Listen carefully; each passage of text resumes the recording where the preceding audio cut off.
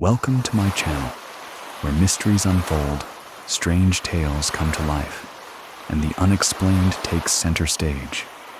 Here, we dive deep into eerie legends, unsolved cases, and supernatural phenomena that defy logic. Are you ready to step into the unknown? Brace yourself, keep an open mind, and join us as we uncover the world's greatest mysteries. Please listen to the story, Don't Look Out Toward the Fields, a Paranormal. I am originally from the Rio Grande Valley in Texas. It's right on the Texas-Mexico border. The experience that I had that really got me into the paranormal was an evening at an aunt and uncle's house. It's built on top of these cinder blocks. It's a lifted wooden house. I grew up in a house like that too. We would always joke when it's cold outside. It's colder inside when it's hot outside. It's hotter inside. You can hear everything that's happening, just the way that those houses were built. Everything echoed. Growing up, we had barbecues all the time. There was always a carne asada happening. It seemed to rotate whose family was going to stay. When the barbecue ended, one evening, that was my family. It was my parents and myself. The barbecues ended. Everybody's gone except for my aunt and my uncle, my parents and myself. I was very young, maybe 6th grade or junior high. We were sitting in their kitchen. To paint that for you, if you can imagine it, the back of their house, there was a door to the backyard. Above the sink, there was a window where you could see what we call Monty. You could say it was like brush. Just trees and bushes and stuff. That's how the whole Rio Grande Valley is. It's a very agricultural area in the state. Imagine this house, sitting in the middle of all this empty land, with just fields and Montes surrounding it. It was at night. My aunt starts telling my parents how she's worried. Because her sons are out, she's worried for their safety. Just general mother things. My parents try to calm her down, and they try to tell her you've raised good kids. Your sons have good heads on their shoulders. They have cell phones now. Not to age myself. People were just starting to get their own cell phones. My mom said they'll be fine. They're not going to drink and drive. And if they need help, they have our numbers. We can go pick them up or something. Mythia says I'm not worried about what they're doing. Out there, I know that they're fine. I know they're responsible. I'm worried about what happens when they try to come home. We're all very confused by this. 'Cause what does that mean? My parents ask her, what's going on when they're trying to get home? Mythia starts telling us the last couple times that her boys have gone out. When they get home, they will either tell their parents, or their parents would be awake. They would all experience it together. Just strange things would happen. They would hear voices or noises. When Matilda, she would stay up washing dishes late, looking out that back window into the Monte. She could see shadows at night. When they'd go to check, there would be nobody there. Nobody would have reason to be out there. Again, it's in the middle of all this field land and stuff. There's no roads that go into that neighborhood. Just weird things started happening at night. As they're telling us this, we're sitting in their kitchen. It's a long table. My parents are on one side. My aunt and my uncle are on the other side. I'm at the head of the table. Opposite of me is their back door. She's telling us this, and in the middle of her, explaining these strange occurrences, that back door that I have a direct line of sight to starts shaking violently. The handle is metal, and it's jiggling like someone's trying to open it. And the door is being pulled back and forth in this wooden house. You could feel the whole room shaking. Everybody froze and was staring at the door. There is this 3-liter of soda next to me on the table, and I slowly pushed it in front of my face to hide myself from this door. I was scared. I didn't know what to do. I had never really seen anything like that before. I don't know why I thought this would protect me. We're all frozen for a minute. And my uncle? He gets up.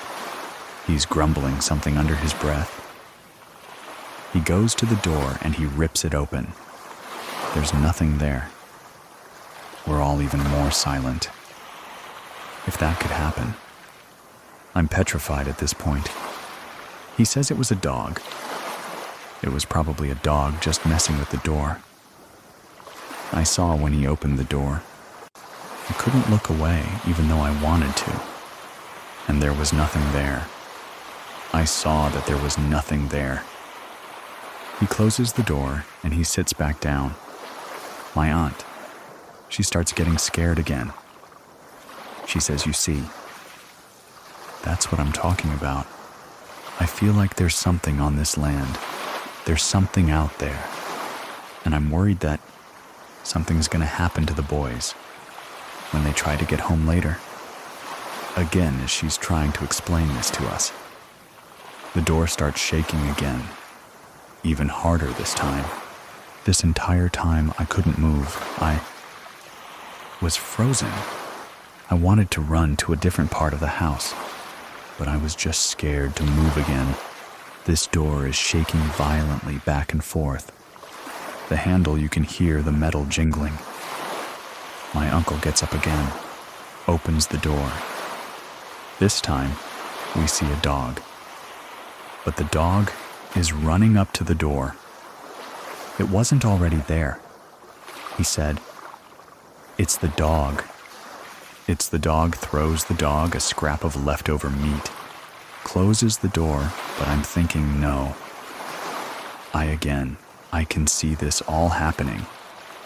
The dog was running up to the door. They closes the door, sits down, and my uncle chimes in, and he's just trying to brush it off. Like it's just, there's stray dogs out here in the Monte. There's animals and stuff.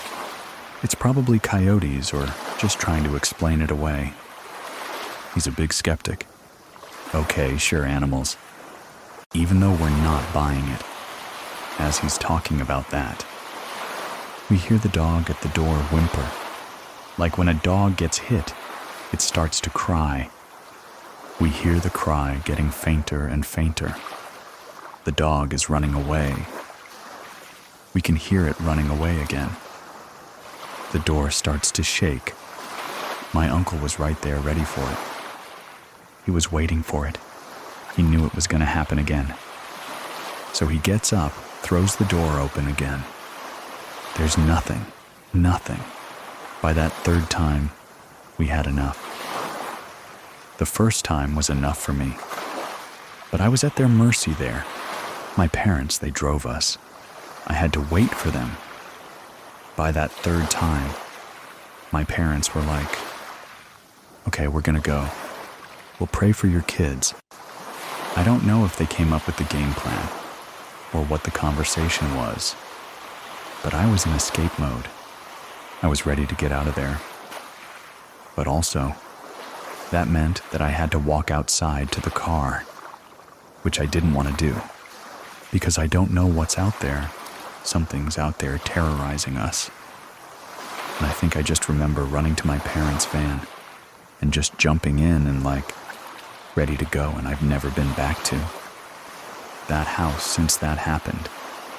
That is definitely one of the biggest contributions to my interest in the paranormal. I think it's one of the biggest reasons why I started my own podcast about the paranormal. On my show, it's called Sususto, and I tell scary stories from the folklore of Latin, American, and Hispanic cultures. Because aside from that one experience, I heard so many stories about lechuzas and L.A. Llorona, chupacabras El Cucuy, and so you can imagine, when this was happening that night, all these kind of legends, these monsters, they're running through my head. And I'm just going through this Rolodex of, okay, which one is it? Which one is it? Which one's coming after us right now? That moment in my life was a big, I think, contributing factor to starting Sous Chef. You know what, I really haven't told this story too much. On my own show, I think I've mentioned it a couple times, but I haven't gone into such great detail retelling it. Now I'm thinking about, I don't think I've ever had a real conversation with my parents about it. It was one of those things where it happened, and we just didn't really talk about it. I don't think any of us wanted to remember it. That's why I'm like this now. Share a story with our community by going to True. Scary story. Calm and tapping on the I have a story button. And we'll get in touch ad. Free versions of the show are available on Scary Plus. Calm and you can get in touch with me over on Instagram as Edwin Cove. That's EDWINCOV. Thank you very much for listening. Keep it scary, everyone. See you soon. Everyone, see you. Please listen to the story. A warning from my mother. What happens when eerie encounters refuse to be ignored? One man's life has been haunted by inexplicable events. But now, avoiding the supernatural may no longer be an option. My name is Edwin, and here is Andrea's true scary story. My name is Andrea. I'm from South Africa. My mom is the very spiritual one. And because I'm Portuguese, we are part of the Christian Catholic religion. She would tell me a lot growing up about seeing things, or giving messages, or getting messages from somebody, saying something is about to happen in your life. She didn't really influence me as much. My dad also didn't quite believe in it as much as what she did, but throughout my life, there's been a few small things that happened that I'd talk to her about, and then she would always turn around to me and say, "Yeah, you see, it's real." When I was 8 or 9 years old, just after my sister was born, we used to live in this very big mining house. So in South Africa, when you work for the mines, which is what my dad used to do, they would provide housing. Now, the housing that was provided was built back in the 1960s. And in this house, there's a lot of wooden floors. You could hear quite well when somebody was walking around through the hallways towards the bedrooms, towards the sitting room. It was quite difficult to sneak around the house. The first encounter occurred one night when I was taking a bath in my parents' bathroom. All of our rooms were on the same side of this house. If you walked down the hallway facing the rooms, my bedroom would be on the right, and my parents would be on the left. The bathroom would also be on the left, but it would be just before my parents' bedroom. I was taking a bath in their bathroom this one evening. My dad was working late due to some incident that happened at the mine. I was playing with my toys in the bath when I heard footsteps coming down the hallway. I could tell that this was my mom walking towards the bedroom. When I saw her walk past, I greeted her and kept playing, thinking everything's normal. She went to fold up laundry in the bedroom. After a few minutes, I heard heavier footsteps coming down the hallway, so I shouted for my dad, thinking that he had arrived home safely.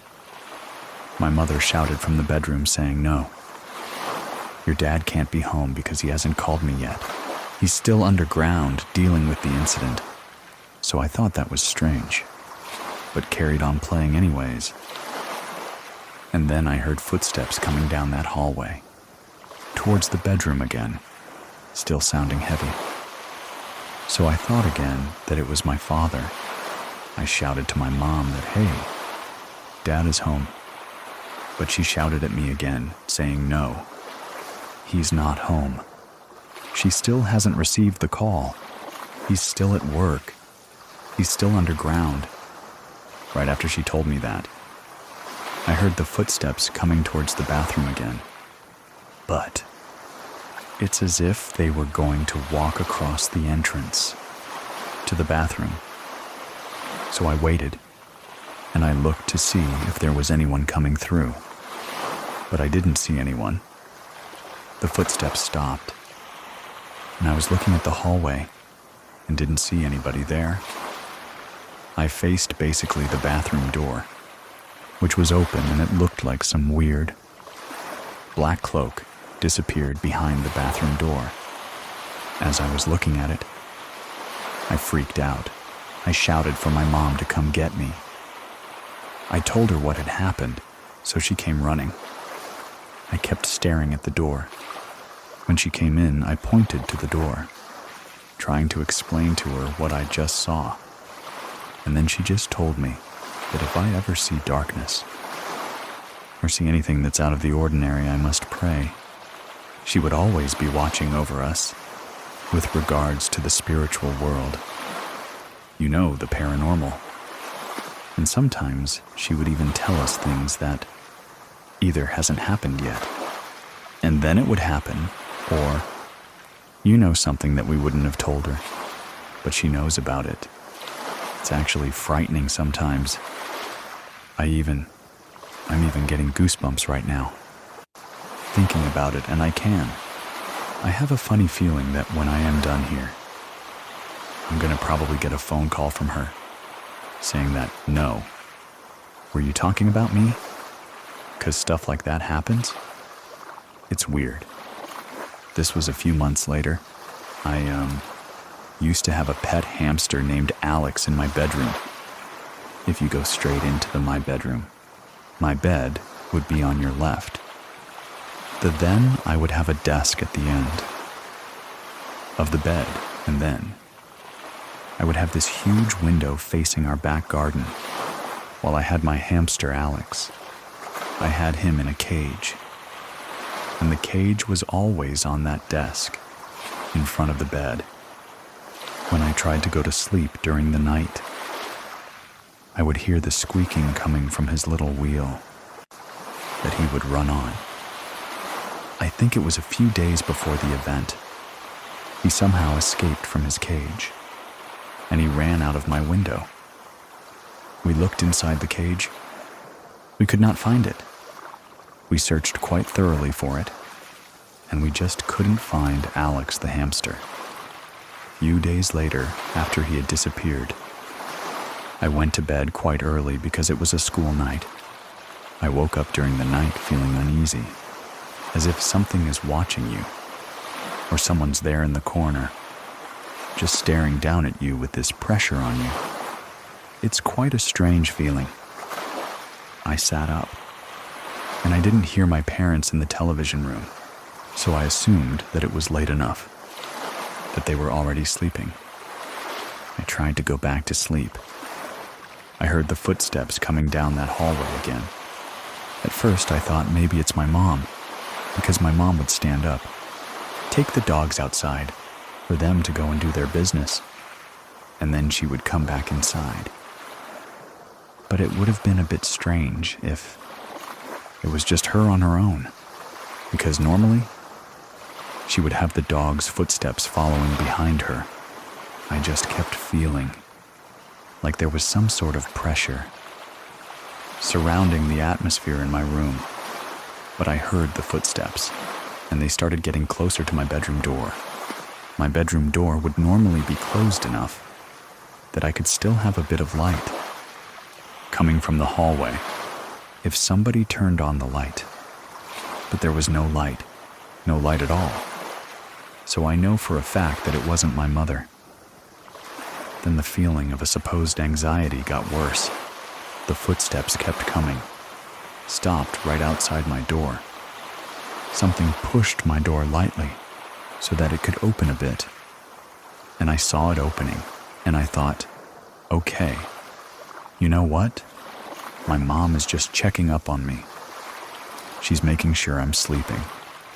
Because it is a school night, but nobody poked head around to see me nothing. And I began to hear my hamster's wheel start squeaking, as if he was running on it, but running super fast. That's when I just freaked out. I threw the blanket over my head. I screamed out in terror. When that squeaking got so loud, it's as if it was right next to me. Mother came running from her bedroom, asking me what's happening. Stopped. We checked the cage. No hamster. After that event happened, we went outside of our front door. So the front door, to the whole household, was actually quite close to where my bedroom door was. So I always thought that he escaped through the window and into the garden. And the next day, I found him in the garden, right in front of the front door, which was amazing. He came back. My mom said that something was kind of affecting me, so she said that we need to call somebody to come and cleanse the house, to get the house clean. But my dad was always very against the idea. This would cause quite a lot of fights between them. Money wasn't a problem for us. We were very fortunate. But my dad was always under a lot of pressure at work. Whenever he got home, there would be quite a lot of negativity from his side, because his work was not easy. Especially for the mines in South Africa. It's quite a difficult job to do. So he was under a lot of pressure all the time. Because of that, my parents used to fight quite a lot. So I could hear them sometimes screaming at each other, shouting. My dad would be the first one to really raise his voice. But my mom used to keep saying this thing to him of, "You are bringing such negative energy into our household, and it's affecting your son. So that's basically affecting me." We moved around quite a lot because of my dad's work. So we moved into this brand new house. We had an upstairs and a downstairs. This is why. This makes these events a bit strange for me. Because nobody has lived in this house at all. We were the first family to live in this house. This was about 2 years after my sister was born. This one night, my sister and I, we were downstairs. My sister was sleeping on a 2-seater couch. Opposite me and I was on the other. Similar 2-seater couch watching TV. My sister's sleeping.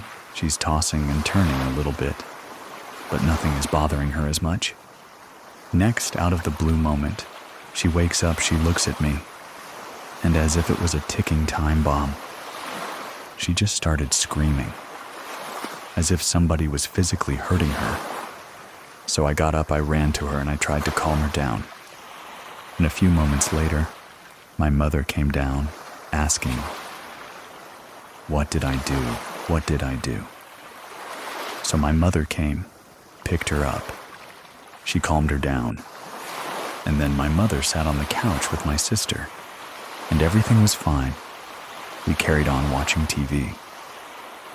My sister fell asleep, my mom's arms. My mom put her down next to her, just to give her a more comfortable position to lie in. After a few minutes, once again, out of the blue starts freaking out. Just didn't make sense. But she did this thing where she would sit up. She starts screaming. But then she's pushing something in front of the couch. She's like extending her arm away, as if something is attacking her from under the couch. So she just kept extending her arm, trying to push something away. We are going towards her. My mom picks her up, and she's still got her arm extended, pushing whatever it is. We both freaked out by what's happening. So my mom just takes her, starts praying. Still don't know what happened. But my sister talked about it later on, when we got older, and she says no. She remembers that. It was these black dogs trying to attack her. They were trying to drag her away. That's what she remembers. That's so quite strange. Time passed. We still in this new house. I'm sleeping in my room if you climb up the stairs. The first door directly in front of you was the entrance to my bedroom. Left was the office/study room. And then on the other side of that was my parents' and my sister's bedroom. I fell asleep that night and woke up with that same uneasy feeling I had in the other house. I'm lying down facing the entrance, and I can see my cupboards, where my clothes and toys used to be packed away, and I saw that my middle cupboard where my toys were was left open, which is a very strange thing to happen, because every time I went there to put on my clothes before climbing into bed, I was taught from my parents that I must always close a cupboard and don't leave it open. I could see like an outline of the shelves, and it was very bright, like white. So even though it was dark, you could still make out a little bit of the shape of the shelves. Once I saw that, there was kind of like a weird cloth that I saw in the previous house coming out of the cupboard, but sloping downwards like smoke. If you've ever seen cold vapor, whatever flowing down the shelf. If you open the freezer during a really hot day and you see that vapor just crawl underneath and fall straight down because it's cold. It was like that, but it's black. I tried to close my eyes, didn't want to look at it, but I looked at the cupboard again, and that's when I saw these two. Bright red eyes looking at me, and I jolted awake. Like your body just jumps up from, as if you got a fright when you're falling. Screamed my lungs out. Even our house alarm went off, which was also strange, because nobody was at the bottom story, or the downstairs area. It's almost as if the alarm went off at the same time as I did. My mother ran in. She said her famous words. "Okay, just pray. I told you. If you see that, you need to pray. Don't let it in." But I was just so freaked out. I didn't think of doing that stuff. The same house again. I think I was lucid dreaming. You can't move your body at all. You can move your eyes, but you can't really move your body at all. So I think in this evening, that's what was happening to me. So I was sleeping and woke up very late in the morning. Can't remember the time, probably off to about 2 a.m., and I couldn't move my body as if it was like... With an instinct, I looked at the cupboards, where I saw that shadow face thing with the red eyes. But my cupboards were closed. Didn't see anything. So I thought, okay, I'm safe, I felt comfortable. Then I decided to look at my bed, my headrest. That was a big mistake, so I saw this face. Like a face that had a mask above my head. It started forming. But it did it in such a way that it's like it just starts appearing out of thin air, solidifying this very vivid, detailed image of a face in front of you. I don't know whose face it was, because it looked like it was wearing a mask. I freaked out. I felt this heavy pressure. I didn't know what to do. I couldn't move, but I tried to see if I could wake my body up. I kept trying to move. It still kept coming towards me after it had formed. Eventually, I got feeling in my body and I punched at the face, kind of like a fight or flight response. I remember seeing my arm going through it before he disappeared. Since then, if I ever have like a lucid dream, or if I'm ever awake, but I can't move my body, I will keep my eyes closed, because I don't want to see that again. There was just such a horrible pressure after that, and I think that's why I just tried to fight it. My mother would always try and be in control, and she would always cleanse, even if my dad didn't believe it. She still did it because she believed that it was, like, very important, and she would always protect us. My grandparents are from Portugal. My uncle, my mom's brother, he passed away when he was 24, and my uncle was buried there. So when we went to visit, we stood on top of his grave. And since that first time, I always have, like, a comfortable feeling that he's around me. You know that I know everything is fine. And my mother says that he is always around the kids, always around my sister and I. He is our guardian angel. He is protecting us. And I think that's sometimes why I see things, even if I don't believe them. I will still experience small things. My mother is quite a big role in all of this stuff because of her being more religious. So everything, ironically enough, kind of ties around her. I used to have an ex-girlfriend in high school. Her mother passed away when she was about 3 years old. So she hasn't had a mom for many years. It was quite sad, but, she carried on. So we started going out. She used to tell me about her mom, and, I used to see her. Pictures of them when my ex was a little baby, with her mom on her mom's lap. What happened with this story was, she told me about her mom, and she would sometimes have quite vivid dreams, as if her mom was still around her.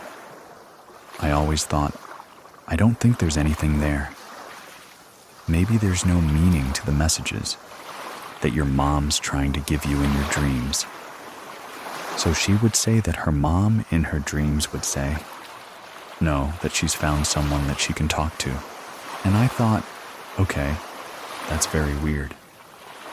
Then she says that her mom felt a pulling force towards another person. It wasn't me, because I didn't really feel anything change, and nothing happened to me specifically. However, because we were going out, and her mom kept telling the daughter that, oh, I'm feeling a pulling force. She was actually feeling that pulling force to my mom, so I disregarded everything she said. But a week after that, my mom says, listen, she's not feeling well. There's someone that is bothering me. When I'm trying to sleep, and I asked my mom, what do you mean I don't understand? Who is someone? So my mom says no.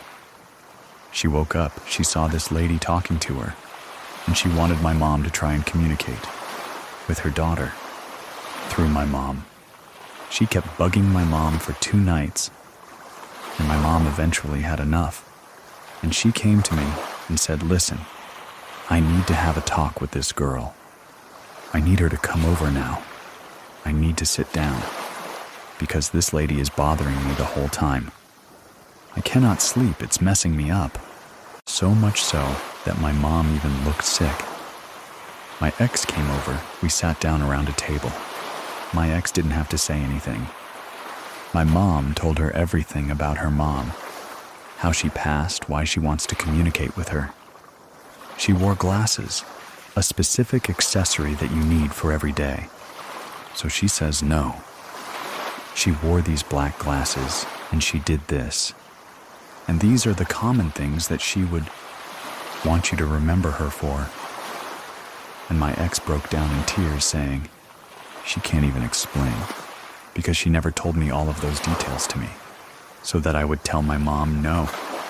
My mom knew all of this stuff all by herself. That was very scary. Still, these things happen. And my mom still says you are sensitive to it. Even if you deny it, you still gonna see it because you're sensitive to it. But I don't know, I'm 27 years old now. It's freaky that it still happens. They say that dogs can see this sort of thing. We have a little pickiness. Sometimes during the night, he stares at the door and he barks and he doesn't stop. This one last event happened about 2 weeks ago. I normally set my alarm for 5 a.m. or 5 a.m. so that I can drive to work, because it's about an hour's drive. But what happened this morning? I forgot that I actually switched it off. So my first alarm went off. I would normally snooze it. Then my second alarm would go off 30 minutes after the first one. But this morning I switched both of them off. Don't know how, but that happened. Now it's 6 in the morning when I always leave for work. I was in dreamland. I heard this scream. like this loud shout as if it was right in my ear. That woke me up, and you wake up. You get a fright, you trying to catch your breath. That's how I was. I thought, what's happening? Is it my girlfriend? Is she okay? Because we live together. So she's next to me. So I thought, oh, maybe she's screamed no. She's passed out. She's not even facing my direction. Whatever it was, woke me up at the exact time that I had to go to work. So then I phoned my mother about this, and I told her the story of what happened. As I'm telling her the story, she tells me no. I'm getting goosebumps right now, just hearing you. Tell me about this woman that screamed. And then she starts asking me questions like, was she old? Was she young? I said to her, I don't know. I can't really tell how. The difference between an old and young scream, but it's a scream. And then she tells me it's weird that it's a woman, because it would sound maybe like your uncle and not somebody else. So then my mom says, listen, you need to be careful because it would be maybe possible that it's your uncle. If it's a man's voice, but if it's a woman, maybe it's something else. So be careful. Do you know of someone who has a true scary story that takes place in the woods? Let me know by going to truescarystory.com and to get in touch or join our Scary Plus members that get to listen ad-free. Check out scaryplus.com or get in touch with me if you have any questions. I'll leave links to everything in the description of this episode. Thank you very much for listening. Keep it scary, everyone. See you soon. See you soon. Please listen to the story. The smiling man from the woods. We didn't even have time to crouch back down. I mean, we both just kind of had our hands out, like we were bracing ourselves for whatever this was, to come hurtling into this cabin and find us. Some places hold memories, and others hold something much darker. What started as an innocent adventure into the woods led to an encounter that would haunt Mallory for years. A silent figure, impossible movements, and a smile that should have never been seen. This is a story of what she found and what found her. My name is Edwin, and here is Mallory's true scary story. My great-grandmother, Cece, died on Valentine's Day in 2001. When we lost her, we lost some knowledge in a generation that we can never get back. Cece, still to this day, is probably one of the sweetest, nicest, most genuine people I've ever known, and I was extremely close with her. But her death didn't really come as a surprise. The doctors had already prepared the family that, she was probably gonna pass. She was 93 and had been in poor health for about a year. She had 5 children, one of them being my grandfather on my dad's side. None of them wanted her property. They decided to sell but my dad. He could not imagine this property not being in the family anymore, so he decided to buy it. They put up a really big fight. They did not want to sell it to him or the family. For my dad, this is really upsetting, so he fought really hard for it, and finally they decided to sell. The reason my dad wanted this property so bad is because of Cece's husband. My great-grandfather Ronald. It would have been my great-great-great-grandfather. He was a sharecropper and worked and lived on the property. His son also was a sharecropper and lived on the property. It wasn't until Ronald, my great-grandfather, that he was able to buy the land. To be able to pay the mortgage, he had to work half the year in the fields, harvesting the crops, and then he worked the other half the year on the barges. He sacrificed a lot to buy this land, and his biggest dream was to give something back to his children. One day, a legacy of sorts. Ronald bought the property in his early 20s, right after marrying Cece. He worked for about 20 years, harvesting the crops and then working on the barges, before he was finally able to get the farm, where it was profitable enough that it supported his family. They said he was somewhere around, like his late 40s, is finally when he will actually be home with his family. He died about 30 years before Cece. Now, at the time of his death, he had an extremely profitable cattle farm and the biggest dairy farm in the state. But almost immediately after his death, they sold the cattle and the farm was abandoned. For 30 years, this entire property had just been abandoned and neglected, other than the farmhouse, and just this really small area surrounding it. The farmhouse itself was built by my great-grandfather, and it took him about 20 years to finish it. It's still to this day one of the most beautiful homes I've ever seen. The farmhouse sits on 180 acres, and it's covered in oak trees. This entire farmhouse was built out of oak. Just by looking at it, you can tell that so much craftsmanship and love went into it. There's so much detail, molding, and just a lot of character. It's a very rural farm town, so the closest neighbor from the farmhouse is like 4 miles down the road. So when I would visit Cece, she really only had one rule, and that was, do not leave the yard. There was one time I can remember disobeying that rule. We had gone over there after church on a Sunday, and my parents and her were talking at the table. I was outside playing in the backyard, and about 50 yards behind the farmhouse is this really old fence surrounding the pasture. And I had chased, I want to say it was a butterfly, into this pasture. I remember my parents yelling at me.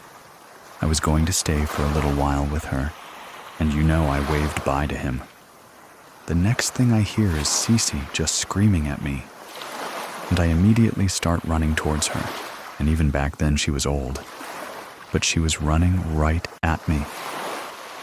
And it's the only time I've ever seen panic and fear on her. I had never seen her like that before, and at the time I kind of took it as she was just this overly cautious grandmother. I loved and respected her so much, and I had never seen her that way, that I always obeyed her, and I never again wandered outside of that yard. My favorite thing about visiting her were her stories. The very first one that I can remember her telling me, and I would always beg her to tell it to me, was the boy who cried wolf. And she would always end it by saying, "If you tell lies, no one will believe you. When it truly matters, and when danger is lurking in the darkness," she was real big on, remember that whatever you say has meaning. And I still, to this day, it was like that was cemented into me. As I got older, Cece's stories got darker. All of them had a moral lesson to teach. And looking back on it, I really want to say, the biggest lesson she was trying to teach me was to be honest, brave, kind, but most prevalent. To listen to the wisdom and warnings of your elders that day that I wandered into the pasture, a place that I had explicitly been told not to go. I was more concerned with how erratic and frantic her behavior was. I didn't really think about what she was saying to me. In that moment, she was saying, "Do you know what could have happened to you? I told you to never go past that fence. You have no idea what's out there. If he finds you, you'll wish you wouldn't have been so foolish." Years later, those words came back to me, and I realized she knew exactly what was out there and was trying her hardest to protect me from that evil. And it's honestly where this whole story begins. It was in May of 2001, 3 months after her death. My parents moved my brother and I into the farmhouse. My brother was 12 and I was 10 at the time. Immediately, my dad began clearing the overgrowth, starting with the pasture. Once it was cleared, it started to tell this story. Scattered all across the pasture were tractors, large farming equipment, harvesting equipment, and it was like whoever had last used it stopped whatever work they were doing, walked away, and never came back. Later, we found out exactly what happened. At the very back of the pasture was a large 3-story barn, which still to this day is the biggest barn I've ever seen. The 3rd floor there was a small dwelling that's actually where my great-grandfather had lived with his wife and son while they were building the farmhouse. Directly behind the barn on the other side of the fence, there was this really large pond that was full of catfish and other fish. Surrounding that pond were just woods before the land was abandoned. Those woods were actually land that the cattle had used for grazing, so the woods were smaller, but they had a ton of overgrowth. So it was in August. We were getting ready to start back school. My dad had finally worked his way back to the woods behind the pond, and he had cleared them enough that my brother and I were able to finally walk through them and explore a little bit. At the very back of those woods, there was this huge, very wide and deep ditch that cut the property completely in half. And on the other side there were just more fields that were surrounded by more woods. We told our dad about the ditch, and he was like, "Actually, your great-grandfather built a bridge that allowed him to cross over into the back fields with his tractors and equipment when he was harvesting." And it was a few days later, he drove us back there and was just showing us the property. He pointed to the very back tree line behind these fields, and he said that when he bought the place, he was told there was a fence in those woods that marked our property line. All summer, we had played in that barn, explored it, fished. We had a lot of fun, so we're like, yeah, we're gonna go find that fence. My dad had bought a 4-wheeler, just so he could get around on the property easier, with all the work that had to be done. He had given us permission to drive it. So we drove it back one day to the back tree line, and immediately we realized there was no way we were going to make it into those trees, into the woods with the 4-wheeler. It was just too overgrown. We parked in the middle of the field, right at the tree line, and went on foot. We walked a pretty long distance, I would say at least 20 minutes, before we finally found the fence. And it was halfway lying down due to a lot of overgrowth limbs, things like that had fallen onto it, about 20 feet on the other side. The woods actually opened up to more farmland. To the right, you could actually see the end of the fence. And then again, that edge of the fence opened up to more farmland. These woods were much older. You could tell these trees were very old. They were 4 or 5 feet wide. Very tall, huge canopy. The woods were a little bit brighter here. But we decided that we were going to walk to our left and see if we could find the other end of this fence. We walked for a very long ways, probably 30 minutes, and of course, we were having to make our way around fallen tree limbs. And fallen trees, you know, a lot of overgrowth thorny bushes, which really got in our way, so we had to walk around. The farther we went, the darker the woods got, and we both started to get this eerie feeling.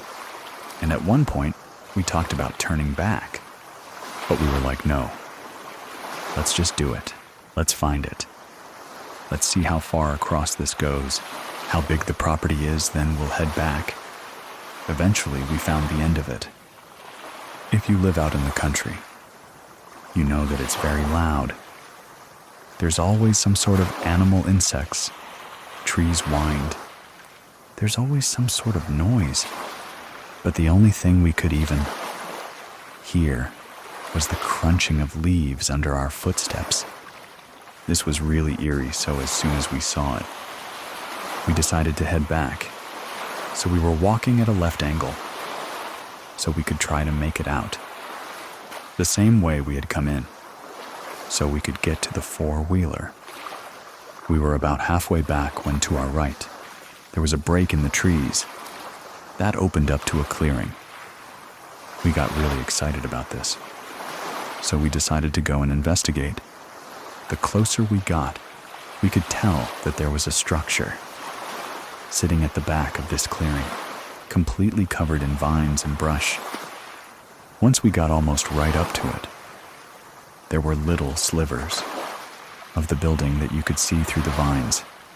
We immediately could tell that this was a cabin. It was sitting at the back of this clearing. So we walked to the left and we found the front of it. It had 2 windows on the front. To the left corner was a window. The front door was right beside it. And then, the other window was almost directly in the center of the cabin. We decided to see if it was open. So we ripped all the vines down, and the door handle turned. But the door was stuck in the frame. So we had to use our shoulder and ram it a few times before it finally opened up. The first room that we were looking into was very narrow. It was a kitchen, and as soon as you walked in, there was a huge hole in the floor. It looked like someone had fallen through it. There was a window on the back wall. That had been broken. And there was a huge tree limb that was growing through it. There was a stove, a really old refrigerator and cabinets on the left wall, and then a small table with 2 chairs in the back corner. And then on this right wall, there was a door. And it was probably 2 to 3 feet after you walked in. Was this door, and when you opened it, it was a bedroom. Immediately to the left, there was another door which wouldn't open. When we were approaching the cabin, you could see a limb had fallen through the roof. We knew that this must have been where the roof had caved in at, not allowing us to open the door. So we assumed it was a bathroom because it was smaller. The room didn't have a lot in it. There was a bed in the left corner facing us. There was this really old, tattered, moth-eaten blanket hanging over the back window. In front of the bed, there was a really old, deep frieze that was really ugly, yellow color and rusted. And on top of the freezer were crates full of deer antlers and bones. In the right corner was a small dresser and just miscellaneous junk, just all over the room. We investigated, went to open the cabinets in the kitchen, and looked around. And we thought this is a really cool find. We were excited about finding this, but you could tell whoever had lived here have been very poor. So there wasn't really anything interesting. But we did talk about maybe cleaning it up, fixing the hole in the floor, making it a little clubhouse, making it a little clubhouse, making it a little... Please listen to the story. The smiling man from the woods. We didn't even have time to crouch back down. I mean, we both just kind of had our hands out, like we were bracing ourselves for whatever this was, to come hurtling into this cabin and find us. Some places hold memories, and others hold something much darker. What started as an innocent adventure into the woods led to an encounter that would haunt Mallory for years. A silent figure, impossible movements, and a smile that should have never been seen. This is a story of what she found and what found her. My name is Edwin, and here is Mallory's true scary story. My great-grandmother, Cece, died on Valentine's Day in 2001. When we lost her, we lost some knowledge in a generation that we can never get back. Cece, still to this day, is probably one of the sweetest, nicest, most genuine people I've ever known, and I was extremely close with her. But her death didn't really come as a surprise. The doctors had already prepared the family that, she was probably gonna pass. She was 93 and had been in poor health for about a year. She had 5 children, one of them being my grandfather on my dad's side. None of them wanted her property. They decided to sell but my dad. He could not imagine this property not being in the family anymore, so he decided to buy it. They put up a really big fight. They did not want to sell it to him or the family. For my dad, this is really upsetting, so he fought really hard for it, and finally they decided to sell. The reason my dad wanted this property so bad is because of Cece's husband. My great-grandfather Ronald, it would have been my great-great-great-grandfather. He was a sharecropper and worked and lived on the property. His son also was a sharecropper and lived on the property. It wasn't until Ronald, my great-grandfather, that he was able to buy the land. To be able to pay the mortgage, he had to work half the year in the fields, harvesting the crops, and then he worked the other half the year on the barges. He sacrificed a lot to buy this land, and his biggest dream was to give something back to his children. One day, a legacy of sorts. Ronald bought the property in his early 20s, right after marrying Cece. He worked for about 20 years, harvesting the crops and then working on the barges, before he was finally able to get the farm, where it was profitable enough that it supported his family. They said he was somewhere around, like his late 40s, is finally when he will actually be home with his family. He died about 30 years before Cece. Now, at the time of his death, he had an extremely profitable cattle farm and the biggest dairy farm in the state. But almost immediately after his death, they sold the cattle and the farm was abandoned. For 30 years, this entire property had just been abandoned and neglected other than the farmhouse, and just this really small area surrounding it. The farmhouse itself was built by my great-grandfather, and it took him about 20 years to finish it. It's still to this day one of the most beautiful homes I've ever seen. The farmhouse sits on 180 acres, and it's covered in oak trees. This entire farmhouse was built out of oak. Just by looking at it, you can tell that so much craftsmanship and love went into it. There's so much detail, molding, and just a lot of character. It's a very rural farm town, so the closest neighbor from the farmhouse is like 4 miles down the road. So when I would visit Cece, she really only had one rule, and that was, do not leave the yard. There was one time I can remember disobeying that rule. We had gone over there after church on a Sunday, and my parents and her were talking at the table. I was outside playing in the backyard, and about 50 yards behind the farmhouse is this really old fence surrounding the pasture. And I had chased, I want to say it was a butterfly, into this pasture. I remember my parents yelling at me. I was going to stay for a little while with her, and I waved bye to him. The next thing I hear is Cece just screaming at me, and I immediately start running towards her. And even back then she was old, but she was running right at me.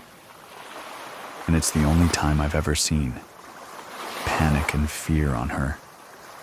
I had never seen her like that before, and at the time I kind of took it as She was just this overly cautious grandmother. I loved and respected her so much, and I had never seen her that way, that I always obeyed her, and I never again wandered outside of that yard. My favorite thing about visiting her were her stories.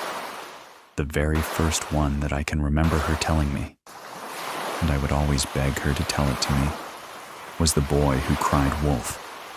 And she would always end it by saying, "If you tell lies, no one will believe you. When it truly matters, and when danger is lurking in the darkness," she was real big on, "Remember that whatever you say has meaning." And I still, to this day, it was like that was cemented into me. As I got older, Cece's stories got darker. All of them had a moral lesson to teach. And looking back on it, I really want to say, the biggest lesson she was trying to teach me was to be honest, brave, kind, but most prevalent. To listen to the wisdom and warnings of your elders that day that I wandered into the pasture, a place that I had explicitly been told not to go. I was more concerned with how erratic and frantic her behavior was. I didn't really think about what she was saying to me. In that moment, she was saying, "Do you know what could have happened to you? I told you to never go past that fence. You have no idea what's out there. If he finds you, you'll wish you wouldn't have been so foolish." Years later, those words came back to me, and I realized she knew exactly what was out there and was trying her hardest to protect me from that evil. And it's honestly where this whole story begins. It was in May of 2001, 3 months after her death. My parents moved my brother and I into the farmhouse. My brother was 12 and I was 10 at the time. Immediately, my dad began clearing the overgrowth, starting with the pasture. Once it was cleared, it started to tell this story. Scattered all across the pasture were tractors, large farming equipment, harvesting equipment, and it was like whoever had last used it stopped whatever work they were doing, walked away, and never came back. Later, we found out exactly what happened. At the very back of the pasture was a large 3-story barn, which still to this day is the biggest barn I've ever seen. The 3rd floor there was a small dwelling that's actually where my great-grandfather had lived with his wife and son while they were building the farmhouse. Directly behind the barn on the other side of the fence, there was this really large pond that was full of catfish and other fish. Surrounding that pond were just woods before the land was abandoned. Those woods were actually land that the cattle had used for grazing, so the woods were smaller, but they had a ton of overgrowth. So it was in August. We were getting ready to start back school. My dad had finally worked his way back to the woods behind the pond, and he had cleared them enough that my brother and I were able to finally walk through them and explore a little bit. At the very back of those woods, there was this huge, very wide and deep ditch that cut the property completely in half. And on the other side there were just more fields that were surrounded by more woods. We told our dad about the ditch, and he was like, "Actually, your great-grandfather built a bridge that allowed him to cross over into the back fields with his tractors and equipment when he was harvesting." And it was a few days later. He drove us back there and was just showing us the property. He pointed to the very back tree line behind these fields, and he said that when he bought the place, he was told there was a fence in those woods that marked our property line. All summer, we had played in that barn, explored it, fished, We had a lot of fun, so we're like, yeah, we're gonna go find that fence. My dad had bought a four-wheeler, just so he could get around on the property easier, with all the work that had to be done. He had given us permission to drive it. So we drove it back one day to the back tree line. And immediately we realized there was no way we were going to make it.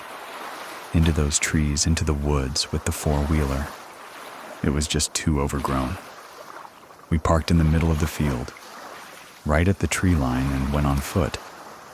We walked a pretty long distance, I would say at least 20 minutes, before we finally found the fence.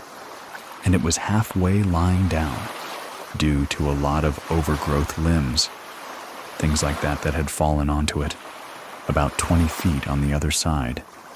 The woods actually opened up to more farmland. To the right, you could actually see the end of the fence. And then again, that edge of the fence opened up to more farmland. These woods were much older. You could tell these trees were very old.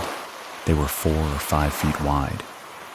Very tall, huge canopy. The woods were a little bit brighter here. But we decided that we were going to walk to our left and see if we could find the other end of this fence. We walked for a very long ways, probably 30 minutes, and of course, we were having to make our way around fallen tree limbs. And fallen trees, you know, a lot of overgrowth thorny bushes, which really got in our way, so we had to walk around. The farther we went, the darker the woods got, and we both started to get this eerie feeling. And at one point, we talked about turning back, but we were like, no, let's just do it. Let's find it. Let's see how far across this goes, how big the property is, then we'll head back. Eventually, we found the end of it. If you live out in the country, you know that it's very loud. There's always some sort of animal insects. Trees whined. There's always some sort of noise.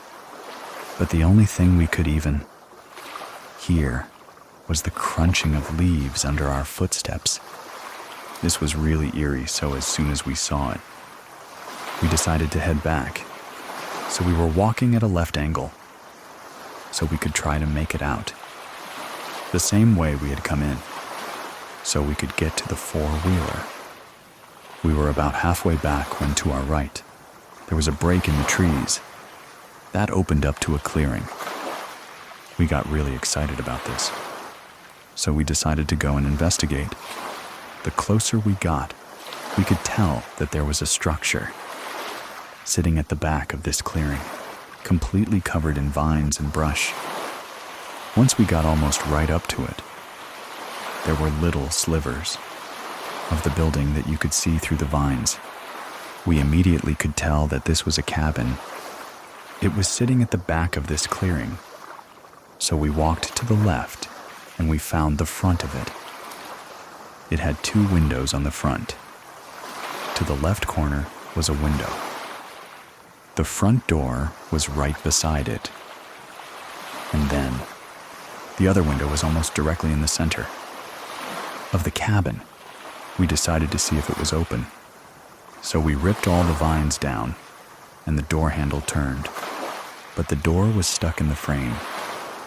So we had to use our shoulder and ram it a few times before it finally opened up. The first room that we were looking into was very narrow. It was a kitchen, and as soon as you walked in, there was a huge hole in the floor. It looked like someone had fallen through it. There was a window on the back wall. That had been broken. And there was a huge tree limb that was growing through it. There was a stove, a really old refrigerator and cabinets on the left wall, and then a small table with 2 chairs in the back corner. And then on this right wall, there was a door. And it was probably 2 to 3 feet after you walked in. Was this door, and when you opened it, it was a bedroom. Immediately to the left, there was another door which wouldn't open. When we were approaching the cabin, You could see a limb had fallen through the roof. We knew that this must have been where the roof had caved in at, not allowing us to open the door. So we assumed it was a bathroom because it was smaller. The room didn't have a lot in it. There was a bed in the left corner facing us. There was this really old, tattered, moth-eaten blanket hanging over the back window. In front of the bed, there was a really old, deep freeze that was really ugly, yellow color and rusted. And on top of the freezer were crates full of deer antlers and bones. In the right corner was a small dresser and just miscellaneous junk, just all over the room. We investigated, went to open the cabinets in the kitchen, and looked around. And we thought this is a really cool find. We were excited about finding this, but you could tell whoever had lived here had been very poor. So there wasn't really anything interesting. But we did talk about maybe cleaning it up, fixing the hole in the floor, making it a little clubhouse, making it a little clubhouse, making it a little... Please listen to the story. The smiling man from the woods. We didn't even have time to crouch back down. I mean, we both just kind of had our hands out, like we were bracing ourselves for whatever this was, to come hurtling into this cabin and find us. Some places hold memories, and others hold something much darker. What started as an innocent adventure into the woods led to an encounter that would haunt Mallory for years. A silent figure, impossible movements, and a smile that should have never been seen. This is a story of what she found and what found her. My name is Edwin, and here is Mallory's true scary story. My great-grandmother, Cece, died on Valentine's Day in 2001. When we lost her, we lost some knowledge in a generation that we can never get back. Cece, still to this day, is probably one of the sweetest, nicest, most genuine people I've ever known, and I was extremely close with her. But her death didn't really come as a surprise. The doctors had already prepared the family that, she was probably gonna pass. She was 93 and had been in poor health for about a year. She had 5 children, one of them being my grandfather on my dad's side. None of them wanted her property. They decided to sell but my dad. He could not imagine this property not being in the family anymore, so he decided to buy it. They put up a really big fight.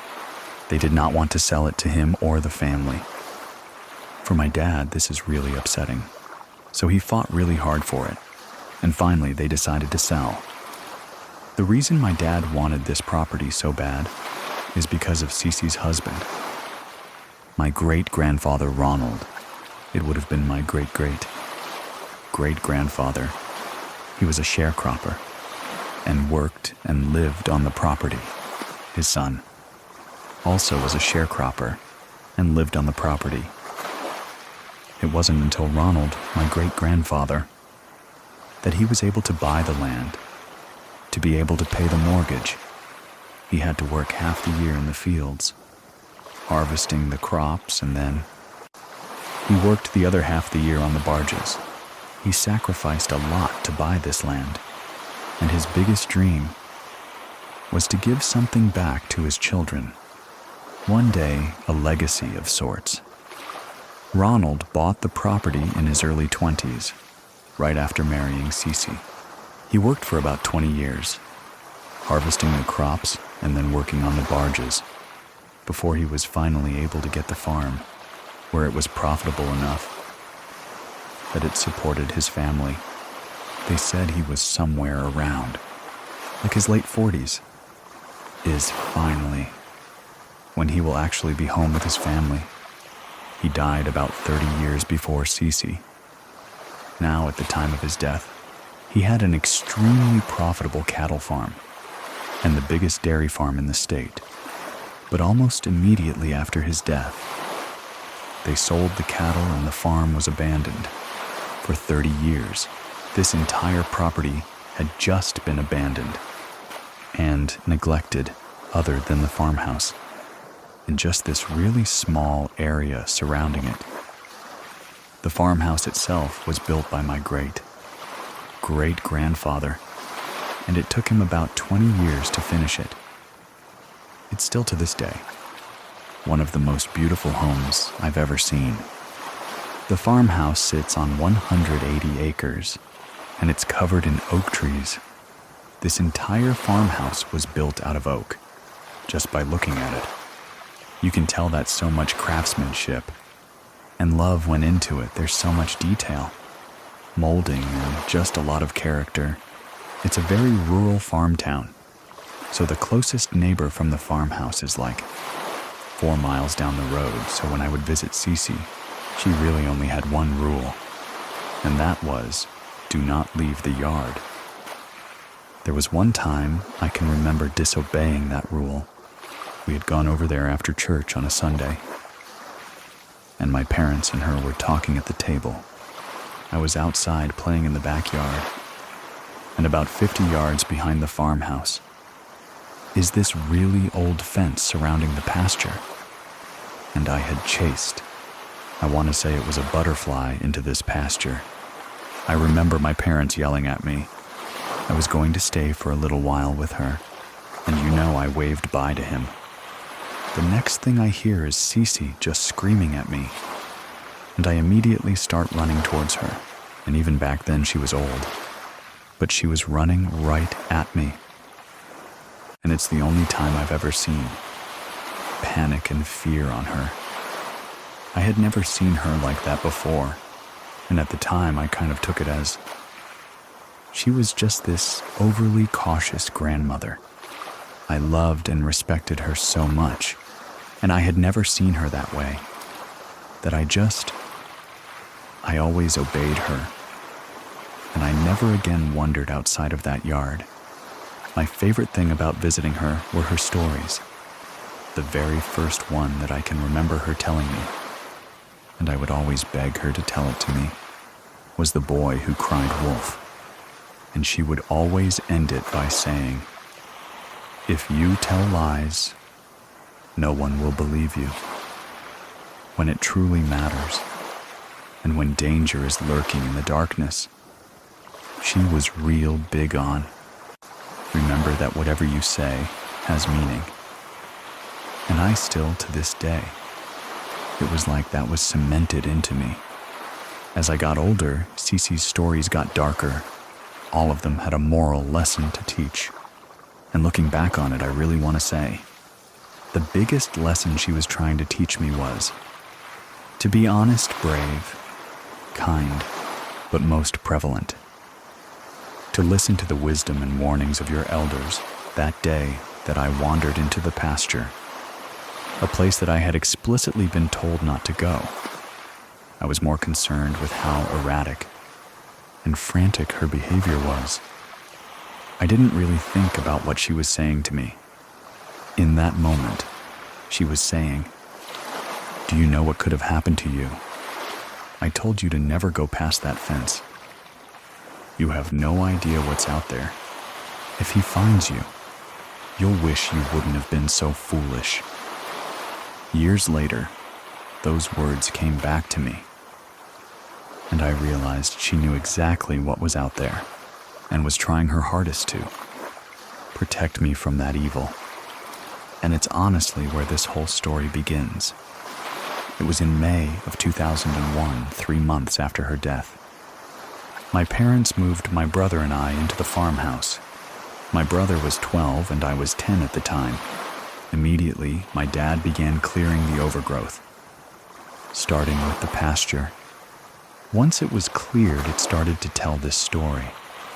Scattered all across the pasture were tractors, large farming equipment, harvesting equipment, and it was like whoever had last used it stopped whatever work they were doing, walked away, and never came back. Later, we found out exactly what happened. At the very back of the pasture was a large, 3-story barn, which still to this day is the biggest barn I've ever seen. The 3rd floor there was a small dwelling that's actually where my great-great-grandfather had lived with his wife and son while they were building the farmhouse. Directly behind the barn on the other side of the fence, there was this really large pond that was full of catfish and other fish. Surrounding that pond were just woods before the land was abandoned. Those woods were actually land that the cattle had used for grazing, so the woods were smaller, but they had a ton of overgrowth. So it was in August. We were getting ready to start back school. My dad had finally worked his way back to the woods behind the pond, and he had cleared them enough that my brother and I were able to finally walk through them and explore a little bit. At the very back of those woods, there was this huge, very wide and deep ditch that cut the property completely in half. And on the other side there were just more fields that were surrounded by more woods. We told our dad about the ditch, and he was like, "Actually, your great-grandfather built a bridge that allowed him to cross over into the back fields with his tractors and equipment when he was harvesting." And it was a few days later. He drove us back there and was just showing us the property. He pointed to the very back tree line behind these fields, and he said that when he bought the place, he was told there was a fence in those woods that marked our property line. All summer, we had played in that barn, explored it, fished. We had a lot of fun, so we're like, yeah, we're gonna go find that fence. My dad had bought a 4-wheeler, just so he could get around on the property easier. With all the work that had to be done, he had given us permission to drive it. So we drove it back one day to the back tree line, and immediately we realized there was no way we were going to make it into those trees, into the woods with the 4-wheeler. It was just too overgrown. We parked in the middle of the field, right at the tree line, and went on foot. We walked a pretty long distance, I would say at least 20 minutes, before we finally found the fence. And it was halfway lying down due to a lot of overgrowth limbs, things like that had fallen onto it, about 20 feet on the other side. The woods actually opened up to more farmland. To the right, you could actually see the end of the fence. And then again, that edge of the fence opened up to more farmland. These woods were much older. You could tell these trees were very old. They were 4 or 5 feet wide. Very tall, huge canopy. The woods were a little bit brighter here. But we decided that we were going to walk to our left and see if we could find the other end of this fence. We walked for a very long ways, probably 30 minutes, and of course, we were having to make our way around fallen tree limbs. And fallen trees, you know, a lot of overgrowth thorny bushes, which really got in our way, so we had to walk around. The farther we went, the darker the woods got, and we both started to get this eerie feeling. And at one point, we talked about turning back, but we were like, no, let's just do it. Let's find it. Let's see how far across this goes, how big the property is, then we'll head back. Eventually, we found the end of it. If you live out in the country, you know that it's very loud. There's always some sort of animal, insects. Trees whined. There's always some sort of noise. But the only thing we could even hear was the crunching of leaves under our footsteps. This was really eerie, so as soon as we saw it, we decided to head back. So we were walking at a left angle, so we could try to make it out. The same way we had come in, so we could get to the 4-wheeler. We were about halfway back when to our right, there was a break in the trees. That opened up to a clearing. We got really excited about this, so we decided to go and investigate. The closer we got, we could tell that there was a structure sitting at the back of this clearing, completely covered in vines and brush. Once we got almost right up to it, there were little slivers of the building that you could see through the vines. We immediately could tell that this was a cabin. It was sitting at the back of this clearing, so we walked to the left and we found the front of it. It had 2 windows on the front. To the left corner was a window. The front door was right beside it. And then, the other window was almost directly in the center of the cabin.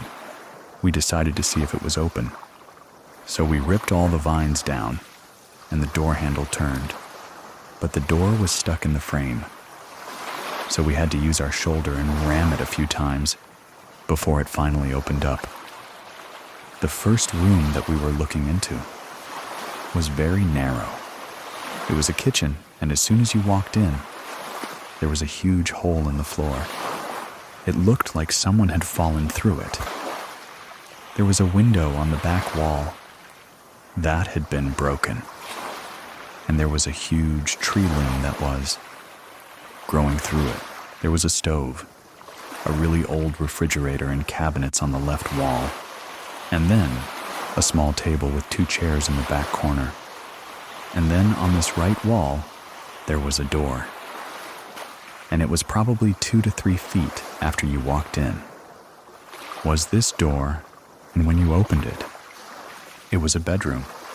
Immediately to the left, there was another door which wouldn't open. When we were approaching the cabin, you could see a limb had fallen through the roof. We knew that this must have been where the roof had caved in at, not allowing us to open the door. So we assumed it was a bathroom because it was smaller. The room didn't have a lot in it. There was a bed in the left corner facing us.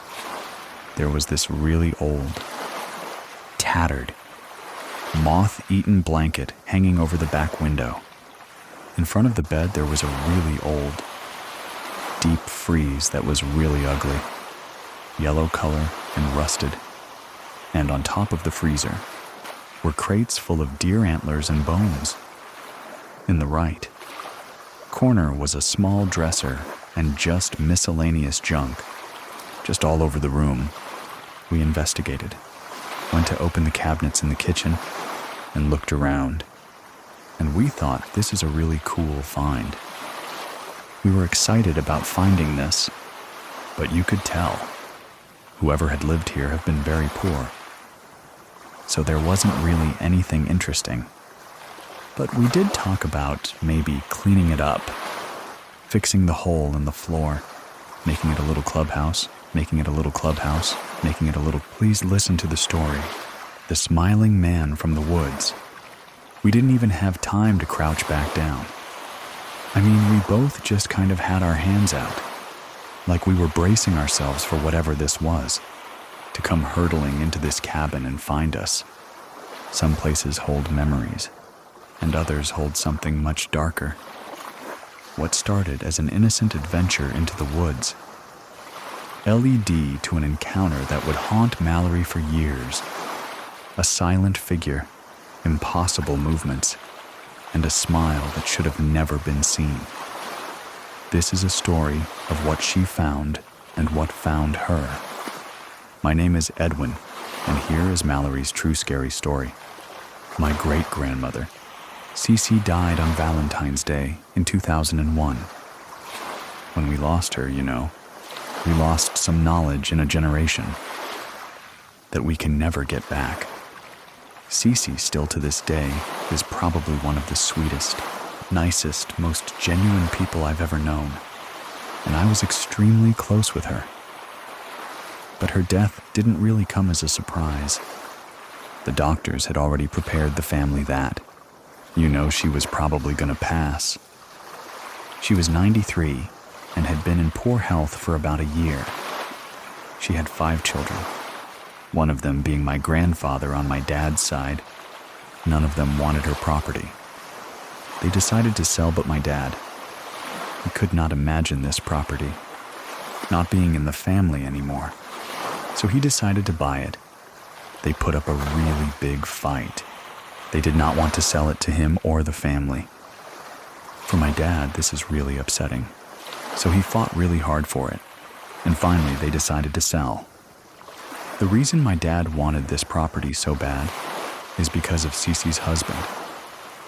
My great-grandfather Ronald. It would have been my great-great-great-grandfather. He was a sharecropper and worked and lived on the property. His son also was a sharecropper and lived on the property. It wasn't until Ronald, my great-grandfather, that he was able to buy the land, to be able to pay the mortgage. He had to work half the year in the fields, harvesting the crops, and then he worked the other half the year on the barges. He sacrificed a lot to buy this land, and his biggest dream was to give something back to his children. One day, a legacy of sorts. Ronald bought the property in his early 20s, right after marrying Cece. He worked for about 20 years, harvesting the crops and then working on the barges, before he was finally able to get the farm, where it was profitable enough that it supported his family. They said he was somewhere around, like his late 40s, is finally when he will actually be home with his family. He died about 30 years before Cece. Now, at the time of his death, he had an extremely profitable cattle farm and the biggest dairy farm in the state. But almost immediately after his death, they sold the cattle and the farm was abandoned. For 30 years, this entire property had just been abandoned and neglected, other than the farmhouse, and just this really small area surrounding it. The farmhouse itself was built by my great-grandfather, and it took him about 20 years to finish it. It's still to this day one of the most beautiful homes I've ever seen. The farmhouse sits on 180 acres, and it's covered in oak trees. This entire farmhouse was built out of oak, just by looking at it. You can tell that so much craftsmanship and love went into it. There's so much detail, molding, and just a lot of character. It's a very rural farm town, so the closest neighbor from the farmhouse is like 4 miles down the road. So when I would visit Cece, she really only had one rule, and that was, do not leave the yard. There was one time I can remember disobeying that rule. We had gone over there after church on a Sunday, and my parents and her were talking at the table. I was outside playing in the backyard, and about 50 yards behind the farmhouse is this really old fence surrounding the pasture.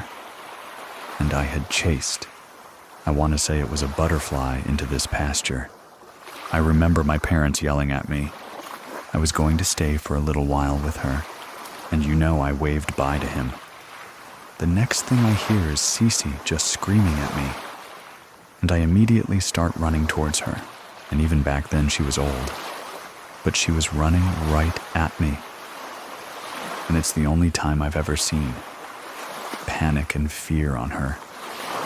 I had never seen her like that before, and at the time I kind of took it as she was just this overly cautious grandmother.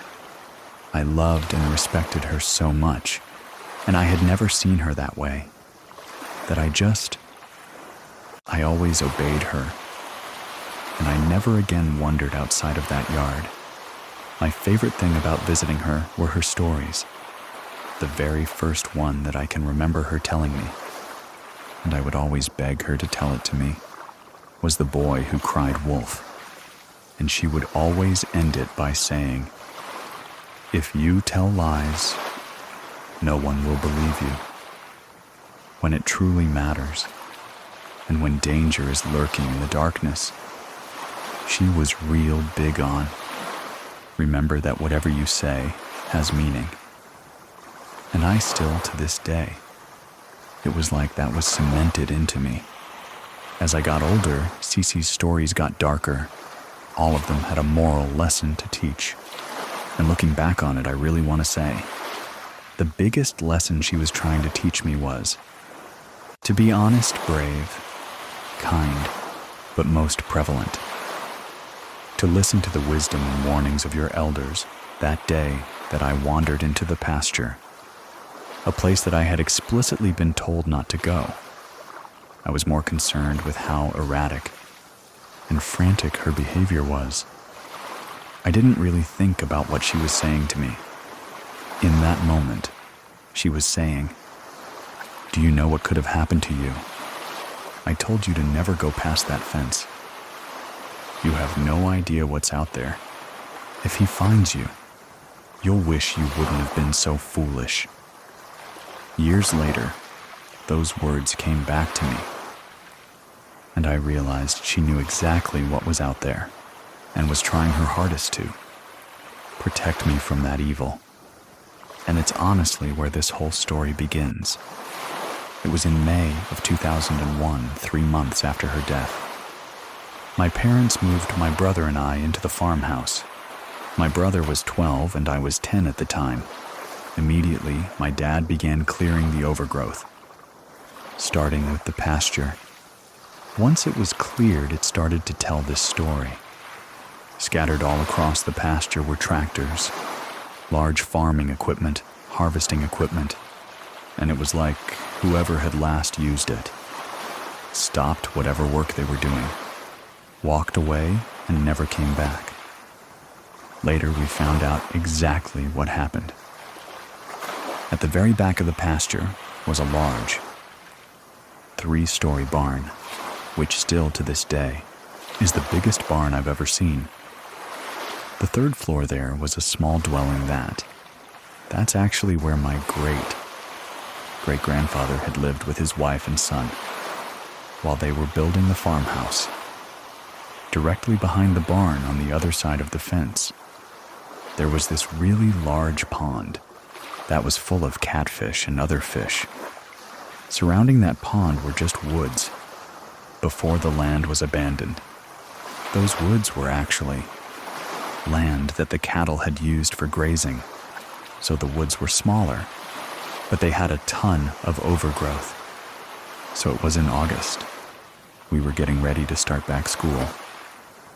My dad had finally worked his way back to the woods behind the pond, and he had cleared them enough that my brother and I were able to finally walk through them and explore a little bit. At the very back of those woods, there was this huge, very wide and deep ditch that cut the property completely in half. And on the other side there were just more fields that were surrounded by more woods. We told our dad about the ditch, and he was like, "Actually, your great-grandfather built a bridge that allowed him to cross over into the back fields with his tractors and equipment when he was harvesting." And it was a few days later, he drove us back there and was just showing us the property.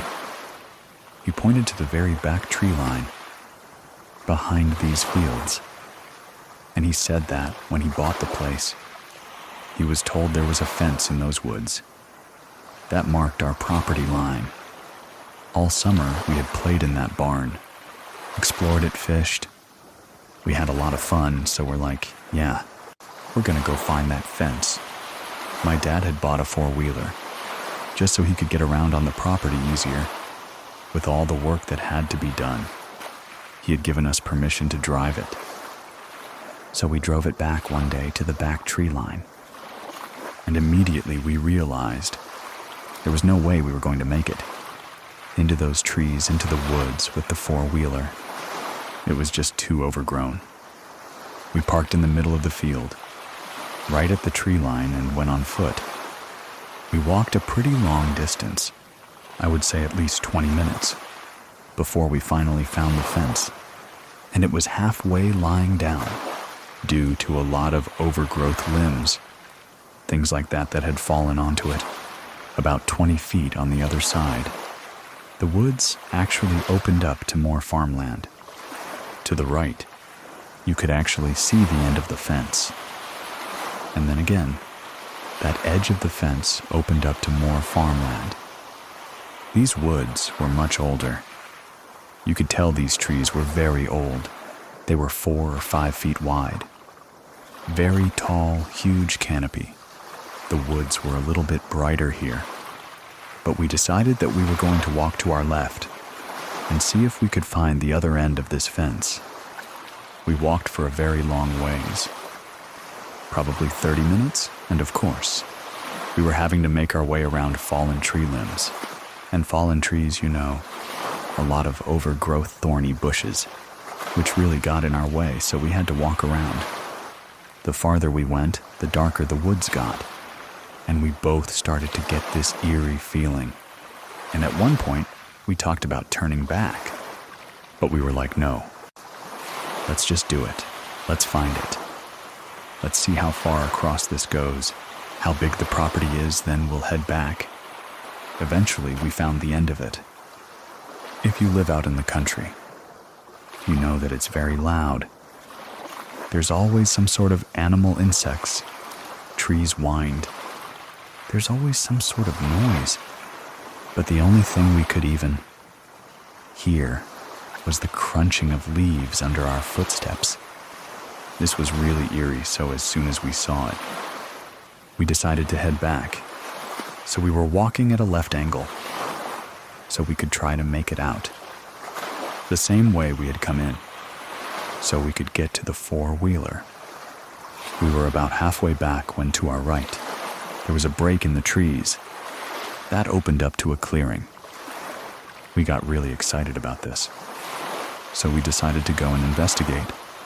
The closer we got, we could tell that there was a structure sitting at the back of this clearing, completely covered in vines and brush. Once we got almost right up to it, there were little slivers of the building that you could see through the vines. We immediately could tell that this was a cabin. It was sitting at the back of this clearing. So we walked to the left and we found the front of it. It had 2 windows on the front. To the left corner was a window. The front door was right beside it. And then, the other window was almost directly in the center of the cabin. We decided to see if it was open. So we ripped all the vines down, and the door handle turned. But the door was stuck in the frame. So we had to use our shoulder and ram it a few times before it finally opened up. The first room that we were looking into was very narrow. It was a kitchen, and as soon as you walked in, there was a huge hole in the floor. It looked like someone had fallen through it. There was a window on the back wall. That had been broken. And there was a huge tree limb that was growing through it. There was a stove, a really old refrigerator and cabinets on the left wall, and then a small table with 2 chairs in the back corner. And then on this right wall, there was a door. And it was probably 2 to 3 feet after you walked in. Was this door, and when you opened it, it was a bedroom. Immediately to the left, there was another door which wouldn't open. When we were approaching the cabin, you could see a limb had fallen through the roof. We knew that this must have been where the roof had caved in at, not allowing us to open the door. So we assumed it was a bathroom because it was smaller. The room didn't have a lot in it. There was a bed in the left corner facing us. There was this really old, tattered, moth-eaten blanket hanging over the back window. In front of the bed, there was a really old, deep freeze that was really ugly, yellow color and rusted. And on top of the freezer were crates full of deer antlers and bones. In the right corner was a small dresser and just miscellaneous junk, just all over the room. We investigated. went to open the cabinets in the kitchen, and looked around.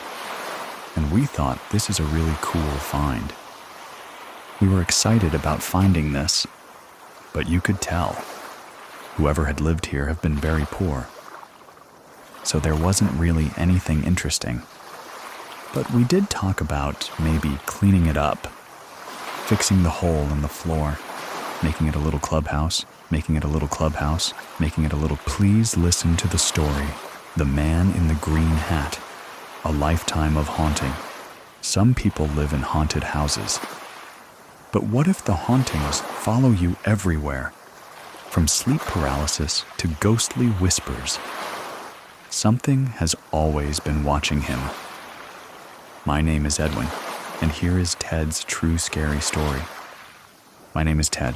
I'm from Vietnam, and I came here when I was a teenager. I was 13. I'm from Orange County, California.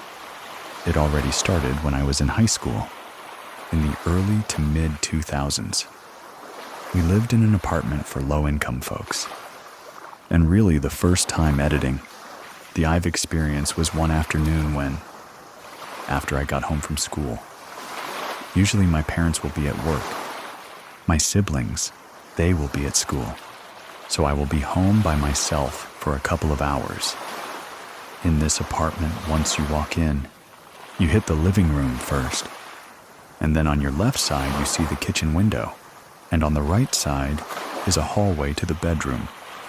I came home and I heard water running in the kitchen. And I heard the opening and closing of the kitchen cupboard. Thinking, maybe it's my mom. Sometimes she would come home early. I turned right into the hallway to go to the bedroom, just to take a nap after school. And I yelled out to my mom, who say, "Hey, can you wake me up in a couple hours?" And I heard her reply. It was a raspy female voice. "Okay, Con. Okay, my son in Vietnamese." Voice was raspy, so I thought, maybe she's sick and she must have a cough. And that's why she was raspy. And that's why she don't come home early from work. So I went to took a nap, and then about an hour later, I got a phone call, and it was my mom. So I answered it, and she said, "Hey, what did you want to eat?" Because she had to stay late at work, and she was not going to go to cook dinner. And I realized that whoever it was in the kitchen early was not my mom. That time right before sunset, when it's still light outside. But then, inside your house is still dark. It was pitch black, and inside was an eerie silence. And I told my mom, "Please come home early," and I was like a teenager. But I was still a kid. I sat up in bed, and I was so afraid. I didn't want to move, because I didn't close the bedroom door. And now, I'm staring into the dark hallway, and the whole time thinking, who was that? Thankfully, my dad came home only 20 minutes later, and I asked everyone in the house, did anyone come home earlier? And no one said that they did. Just chalked it up to my imagination. But it left a nagging feeling that it was something more than that. About 6 months later, I just gotten back from a wrestling practice, and I was exhausted, so I dozed off to sleep, and usually I had a radio alarm clock next to me, and I was fall asleep listening to the radio. This time, I woke up suddenly and not knowing where I was. I woke up, but my eyes were still closed. I heard there's music playing from the radio, and I remember I left the radio on when I went to sleep. I realized I must be in bed, so I opened my eyes, and I could no longer hear the song, and I was staring at the ceiling, unable to move. So I yelled out, "Mama." I could only hear the sound in my head because my mouth wouldn't open. So I closed my eyes for a moment, and I heard the song. Song was on radio, so I knew that I was in bed. And also I know I was awake. but I could not move, so I opened my eyes, looked at the ceiling, and I could not move, and I couldn't hear the song anymore. So I kept doing that. I don't know how long. It felt very long. I felt my arms and my legs moving finally. So I was like, yes, I'm finally awake, and I was sleeping on the edge of the bed. So I thought, if I turn over and I fell down, it hurts, but then I would wake up. So I try moving my arms and my legs over, and I turn over, and I felt my body falling, and I felt the thud as it hit the floor, and I felt the shock and the pain of it. I must be awake by now, so I open my eyes, and I'm still back in bed looking at the ceiling. I tried again. I tried falling off the bed again, and it kept doing it, and I was stuck in a nightmare. But a few times, I finally woke up. When I woke up, I couldn't trust that I was really awake. I was sweating so much, and it was that cold sweat, and my shirt was damp with sweat, and my heart was racing. That was the first time that I truly felt afraid. Is fear being locked inside your own body? Shortly after that, I had my first vivid or lucid dream. In my dream, I was at home, but nobody else was there, and the layout of the apartment I was in the dream, it was the same layout, but the furniture was different. It was older, it was dustier. I walked out from my bedroom to the hallway, and there was a fallen mirror there, with a diagonal crack on it. I walked in front of it, and I saw the reflection of a little Caucasian boy with a bowl-cut blonde hair and blue eyes. I said to myself, this isn't real. I must be dreaming. I woke up, and it was the first time that I realized. I could tell that when I'm in a dream or not. And it was one of those weird dreams. The next time I had another weird dream. I was floating around the apartment. This time the furniture in the room was in. The house was also different than the previous dream. I was floating around. I wasn't walking. I went through the kitchen.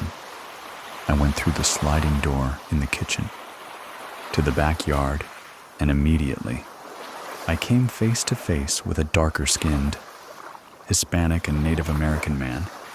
No, he didn't look scary or anything, but he said, "What are you doing in my house?" And they're very confused with a very loud voice, like I could hear in my head. I was shocked, I could hear him, and I could see his face. And I woke up sweating again, and I was like, okay, maybe I was a spirit back in the day or something. It felt like that. Everything that has happened so far.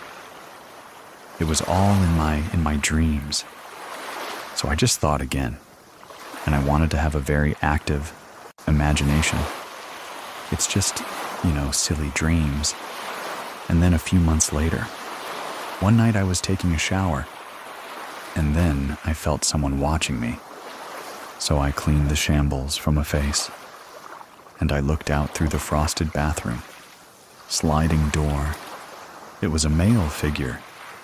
He was in a light blue buttoned shirt and tan slacks, pulled up way past his belly, and a green hard hat. Very official looking.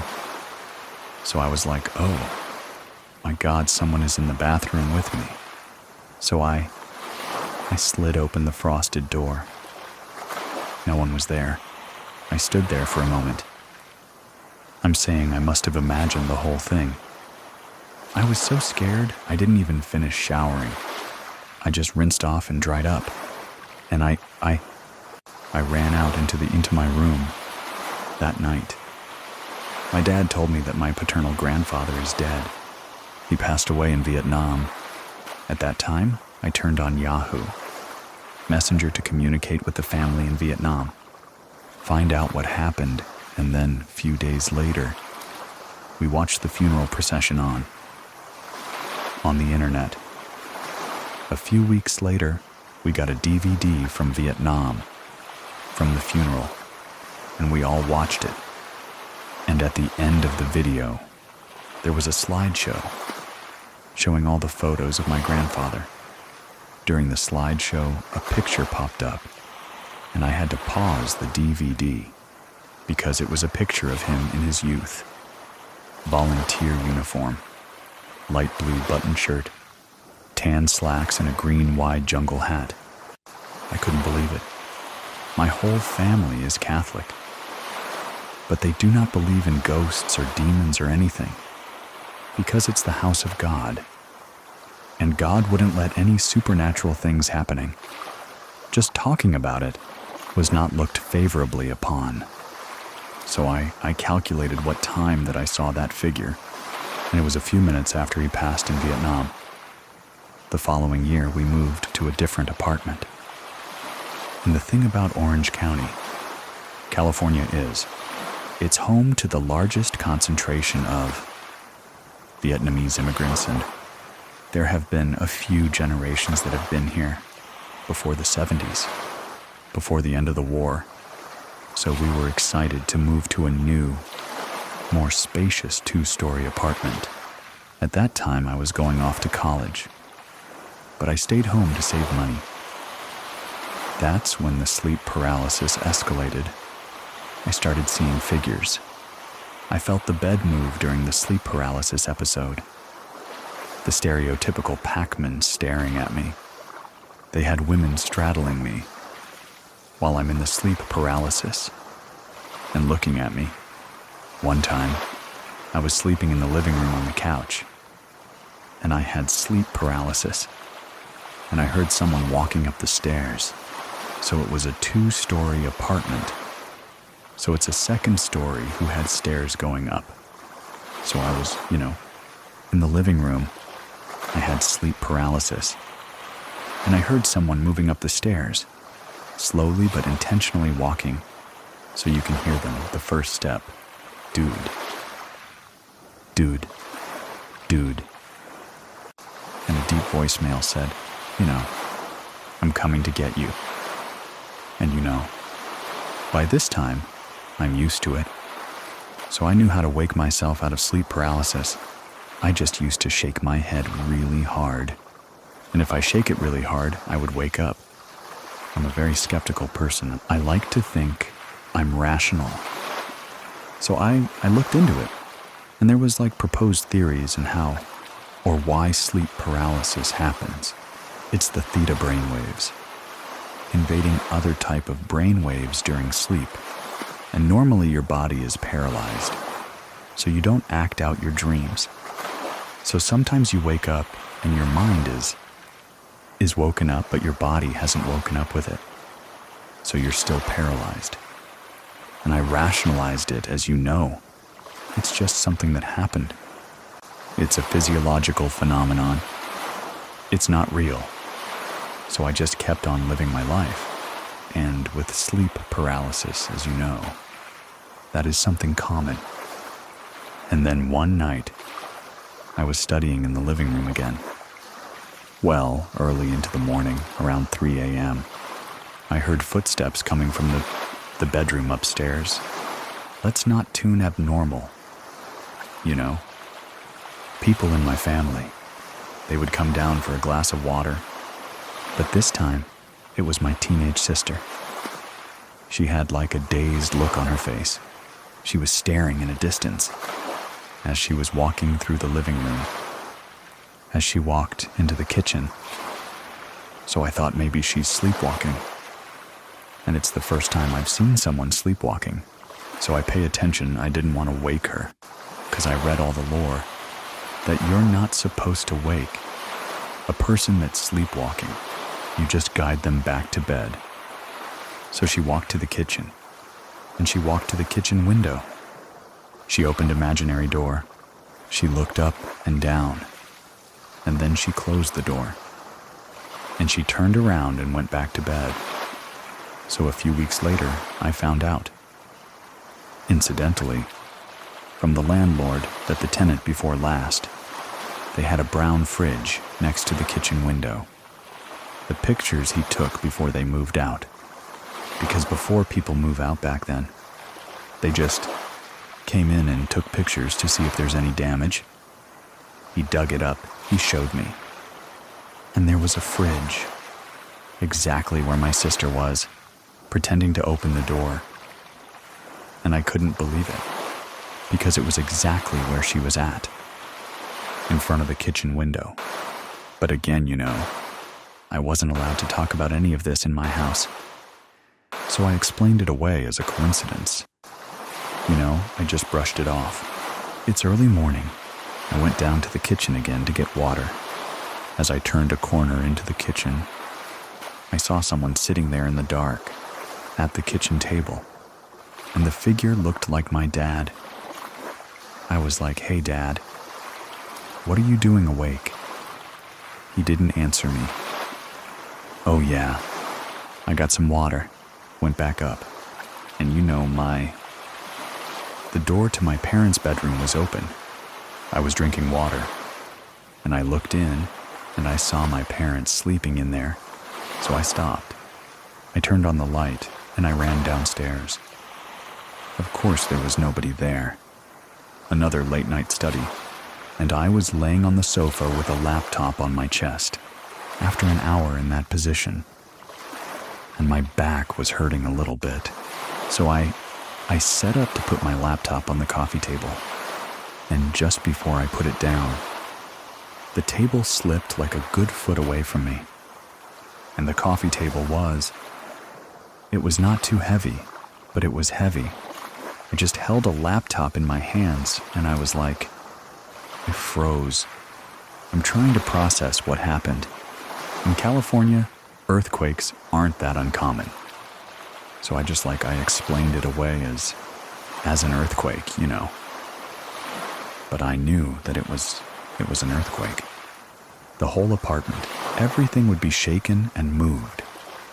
And not just one coffee table. So now I'm 2 years into college. We welcome into addition to our house. My baby sister was born. She was the joy of our lives. And I loved taking care of her and spending time with her. When she was 2, I was taking care of her one morning. And we were alone in the 2-story apartment. And after giving her a bath and I put clothes on her, I was going to take her downstairs to get something to eat. And I had turned a corner. And I was a couple of steps down the stairs, and she was about to go with me. When she's turned back to look at the bedroom hallway, and she said, "Hey, look, there's a lady there." So I just grabbed her and I just booked it downstairs. Again, I played it out as her imagination. And I didn't want to acknowledge it. Shortly thereafter, we had a roommate. He was a son of a family friend. So he came in to study, so we gave him a place to stay. He shared a bedroom with me. Now, the whole time, there was always something going on in the room that I slept in. Things like feeling being watched, waking up feeling someone sitting in the bed, with a depression in the mattress, and especially the door opening on its own. So outside of this bedroom is a bedroom hallway, and there was a loose piece of floorboard right outside of it. So if you walk slowly, you would hear the creak of the floorboard. At around 3 or 4 a.m., almost every single night, I would hear the floorboard creaking. And again, I just explained this, as you know, someone in my family, just probably waking up to get some water. But the door kept opening by itself around 3 or 4 a.m. every night. 'Cause I would just wake up with the door open, even though I remember closing the door before I go to sleep. I asked everyone if they opened the door to check on us during the night, and nobody said they did. I tried to rule out any physical explanation. We closed the window, so there's no draft that was pulling the door open from outside. We changed the locks, we changed the door. Then we changed the hole in the door frame, where the locking mechanism goes in. So basically, we changed the whole thing. Sort of changing the frame cause. You know, it was a rented apartment, but the door kept opening. And so one night, we were up in bed. He was in his bed, I was in my bed. We were each on our laptop. And then we heard the door handle turning. We looked to see who's checking on us, but the door creaked open, and the door had no turn back. There was nobody there.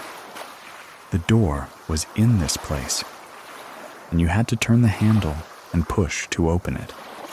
Finally, I got up and I closed the door and I locked it.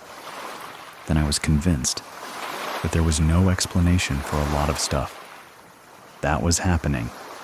The first EVP that we captured, my roommate was an amateur rapper. He would write and record a song. It was like a whole thing in the late 2000s. One afternoon I came back from class, and I saw him laying in his bed with his headphones on, editing his songs. This time he was staring at his laptop, and his face was like flushed, like he was like red, and he looked shocked. So he told me to come here, put your headphone on, and listen to this. So he had his audio playback open, and I saw the different spikes of his voice on the audiogram. Before those specks of his voice, there was one single spike. So he played it. The voice of an older man in Vietnamese rang land, which is keep going. And he was visibly scared. And I didn't know what EVP was so surreal at that time. So I put a recorder in my room later and went to school. I made sure that all the doors were closed. All the window was closed. There was no one at home during the day. That people either went to work, or went to school. So I got home that day and I listened to the playback. 4 hours of static nothing. I'm in the middle of doing math. I heard an older lady laughing. I guess from her age, she was a middle-aged lady. Again, I tried to rationalize it right. Maybe it was the sound from outside. But I checked with the neighbors. At that time, there was nobody around anyway. Went to school and went to work. It was weird, so I didn't try to record anything else. One night, I woke up in the middle of sleep, and I knew I was having sleep paralysis. I was laying on my side and was looking at my roommate. I said I couldn't see his face, because there was a pale white legs in front of it, belonging to a girl, and she wasn't my sister, because her legs and thighs were not as thin as my sister's. I put white legs and it turned around. It started to bend down. I closed my eyes, because I knew whoever it was bent down to look at me. I pretended to be asleep, but I could feel the eyes looking at me. And I woke up, and I saw my roommate laying on his side, looking at me, and I could tell that he saw her too, because he was scared. But he just turned away towards his wall and went back to sleep. Eventually, he found a place on his own and he moved out. I moved to the other bedroom with my little brother. On the wall, there was a heavy wooden cross, a good 10 pounds, and it was right where I slept. So it was right on top of my head. One night I was sleeping, and suddenly I heard someone yell in my left ear, "Tan." That's my Vietnamese name. I just jolted awake just as a reaction. I put my hands up. As I put my hands up, the cross fell into my hand. They pushed into my head. It hurt. I looked at my little brother, and he was sleeping. So if someone was really there, it would have hurt him. It was really loud, either in my ears or in my head. I was confused. There was a little bit of adrenaline too, because I woke up and something fell in my head. I put a cross on the table and put a pillow over my head and went back to sleep and try not to think about what happened. In Ikibindokus, we, the whole family, went back to Vietnam to visit our relatives for the first time. It's been like almost 10 years now. They always had a little vacation. I went to the Buddhist temple where my grandfather's ashes were kept. It was in this little room where all the other ashes were stored, with a picture of decased in front of it. There was a little ceremony, and it was very solemn atmosphere. And even though I was not a Buddhist, I put my hand together, and I listened as everyone else prayed. I was in the first row, and then suddenly I felt numb, like I was in sleep paralysis.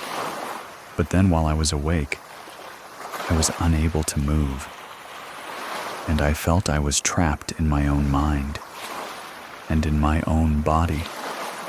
My eyes became blurry, and I saw a figure in the tan slacks and the blue shirt and the green hat again. He was standing where my grandfather was standing, and I couldn't see his face, but I saw his outline. I was shocked and emotional. I snapped out of it. I couldn't see him anymore. I turned over to my uncle that was standing next to me, and I said, "Hey, I see Grandpa." And he just nodded. It was more natural to accept the paranormal in Buddhism. At that time, I felt relieved, glad that I saw my grandfather one last time. So I thought at the time. We stayed in Vietnam for a few more days. It's customary to have a shrine in the house, honoring the ancestors. So basically, you have a place where, with all the pictures of your ancestors, and people would come visit and reminisce about the family members. The shrine was on the 4th floor. It was a party I was eating and drinking. I was drunk. I went upstairs to go lay down. I fell asleep with one of my uncle and aunt next to me. And 30 minutes or so after I went to sleep, I sat up. I looked at my uncle and my aunt with distant eyes. I stroked my imaginary beard, and I said, "Is Tam's family visiting?" Time is my dad's name, and I continue to say things that I couldn't have known about. Other family members, they called my dad up. I was talking to him as if I'm his grandfather. My dad is forever Catholic. But he went upstairs to the altar, and he lit an incense offering for the ancestors. Shortly after that, I fell back to sleep. My great-grandfather had a long beard, and I bear a resemblance to him. Even the mole on my face is the same mole that he had. That trip I had to go back to the U.S. earlier. Classes was going to start. I got back by myself. I was tired, and it was a different time zone, and I couldn't sleep. So I put on an exercise activity in the living room. I did an hour of cardio, and then I caught up with an hour of yoga.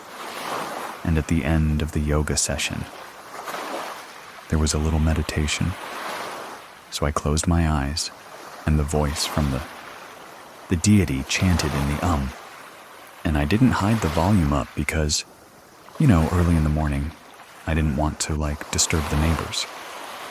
After a second on, I started to feel weightless and peaceful. And in the middle of the third, I felt a hot breath on my right ear, and I heard loud whispers of multiple voices. It lasted for maybe half a second, and when I opened my eyes and I saw no one around me, I was still a little disoriented from the meditation. I tried to recollect what just happened. Did I really hear whispers? So I called my friend. I told him I'm going to sleep over at his house. I've seen enough scary movies. It's a bad idea. The other person that believed was my little sister. The one that was sleepwalking. She came home one night. Besides, she's the one in college now. She was parked in the car and she was outside. And she saw my dad washing dishes through the window on the second floor. And she came up and she asked him, "Hey, was your sister here?" My aunt. And he said, "No. It's late and she's probably at home." "You know, why would she be here?" And she told him that. "I saw you washing dishes by the window." And there was an older woman with white hair in a bun. Standing behind you, he became defensive. And I told her to stop watching scary movies and imagining things. Eventually, I moved out of the apartment. So I would come back sometimes to have a sleepover. One night, I went to sleep in the room where the crash fell. This room belongs to my little sister now. My sister's closed laptop was in the room. She was away on a school trip. I closed the door. I locked it. I didn't want anything funny to happen.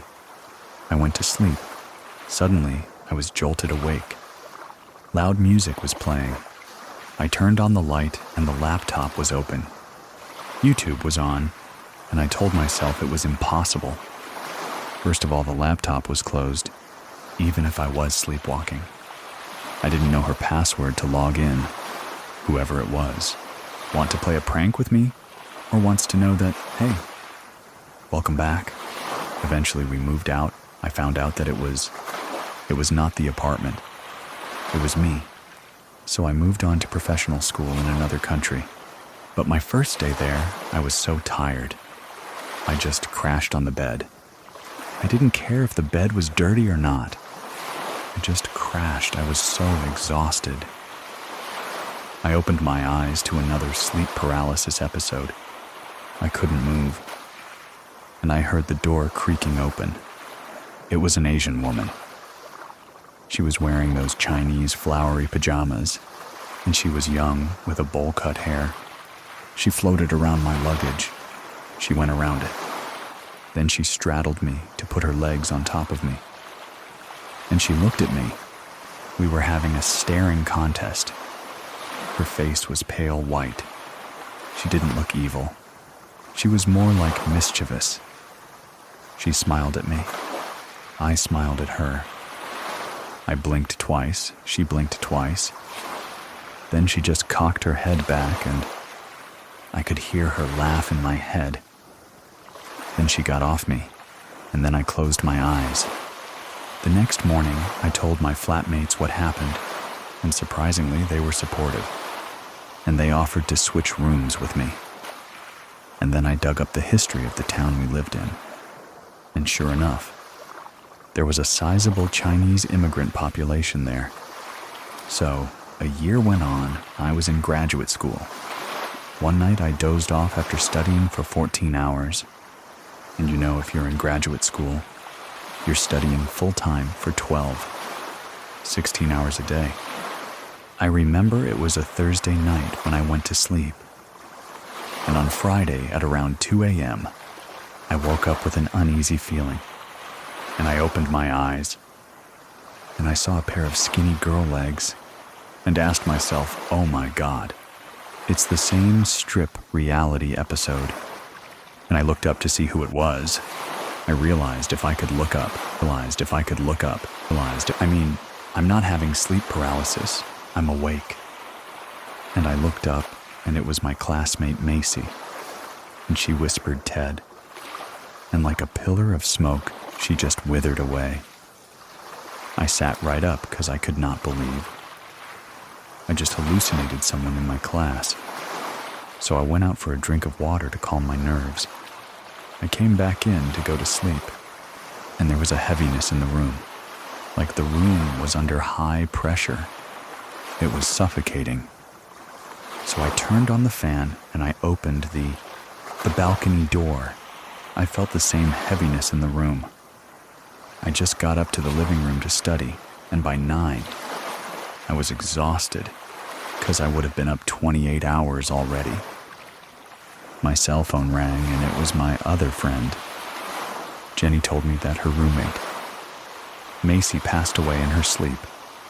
Macy passed at around 1 a.m., and I saw her at 2. I can still see her in my head. A couple weeks later, I had another lucid dream. I was driving a bus, with all of my extended family in the back. So I parked the bus at a roadside shack, and I told everyone, hey, wait here. I went to check out the location of this shack right. I stepped off the bus into the muddy ground. I felt the cold, dirty mud splash above my legs. I was wearing shorts for some reason, so I walked into the building. Behind the shack, there was a courtyard, and there was a couple rows of benches, and a few old Asian men were sitting there.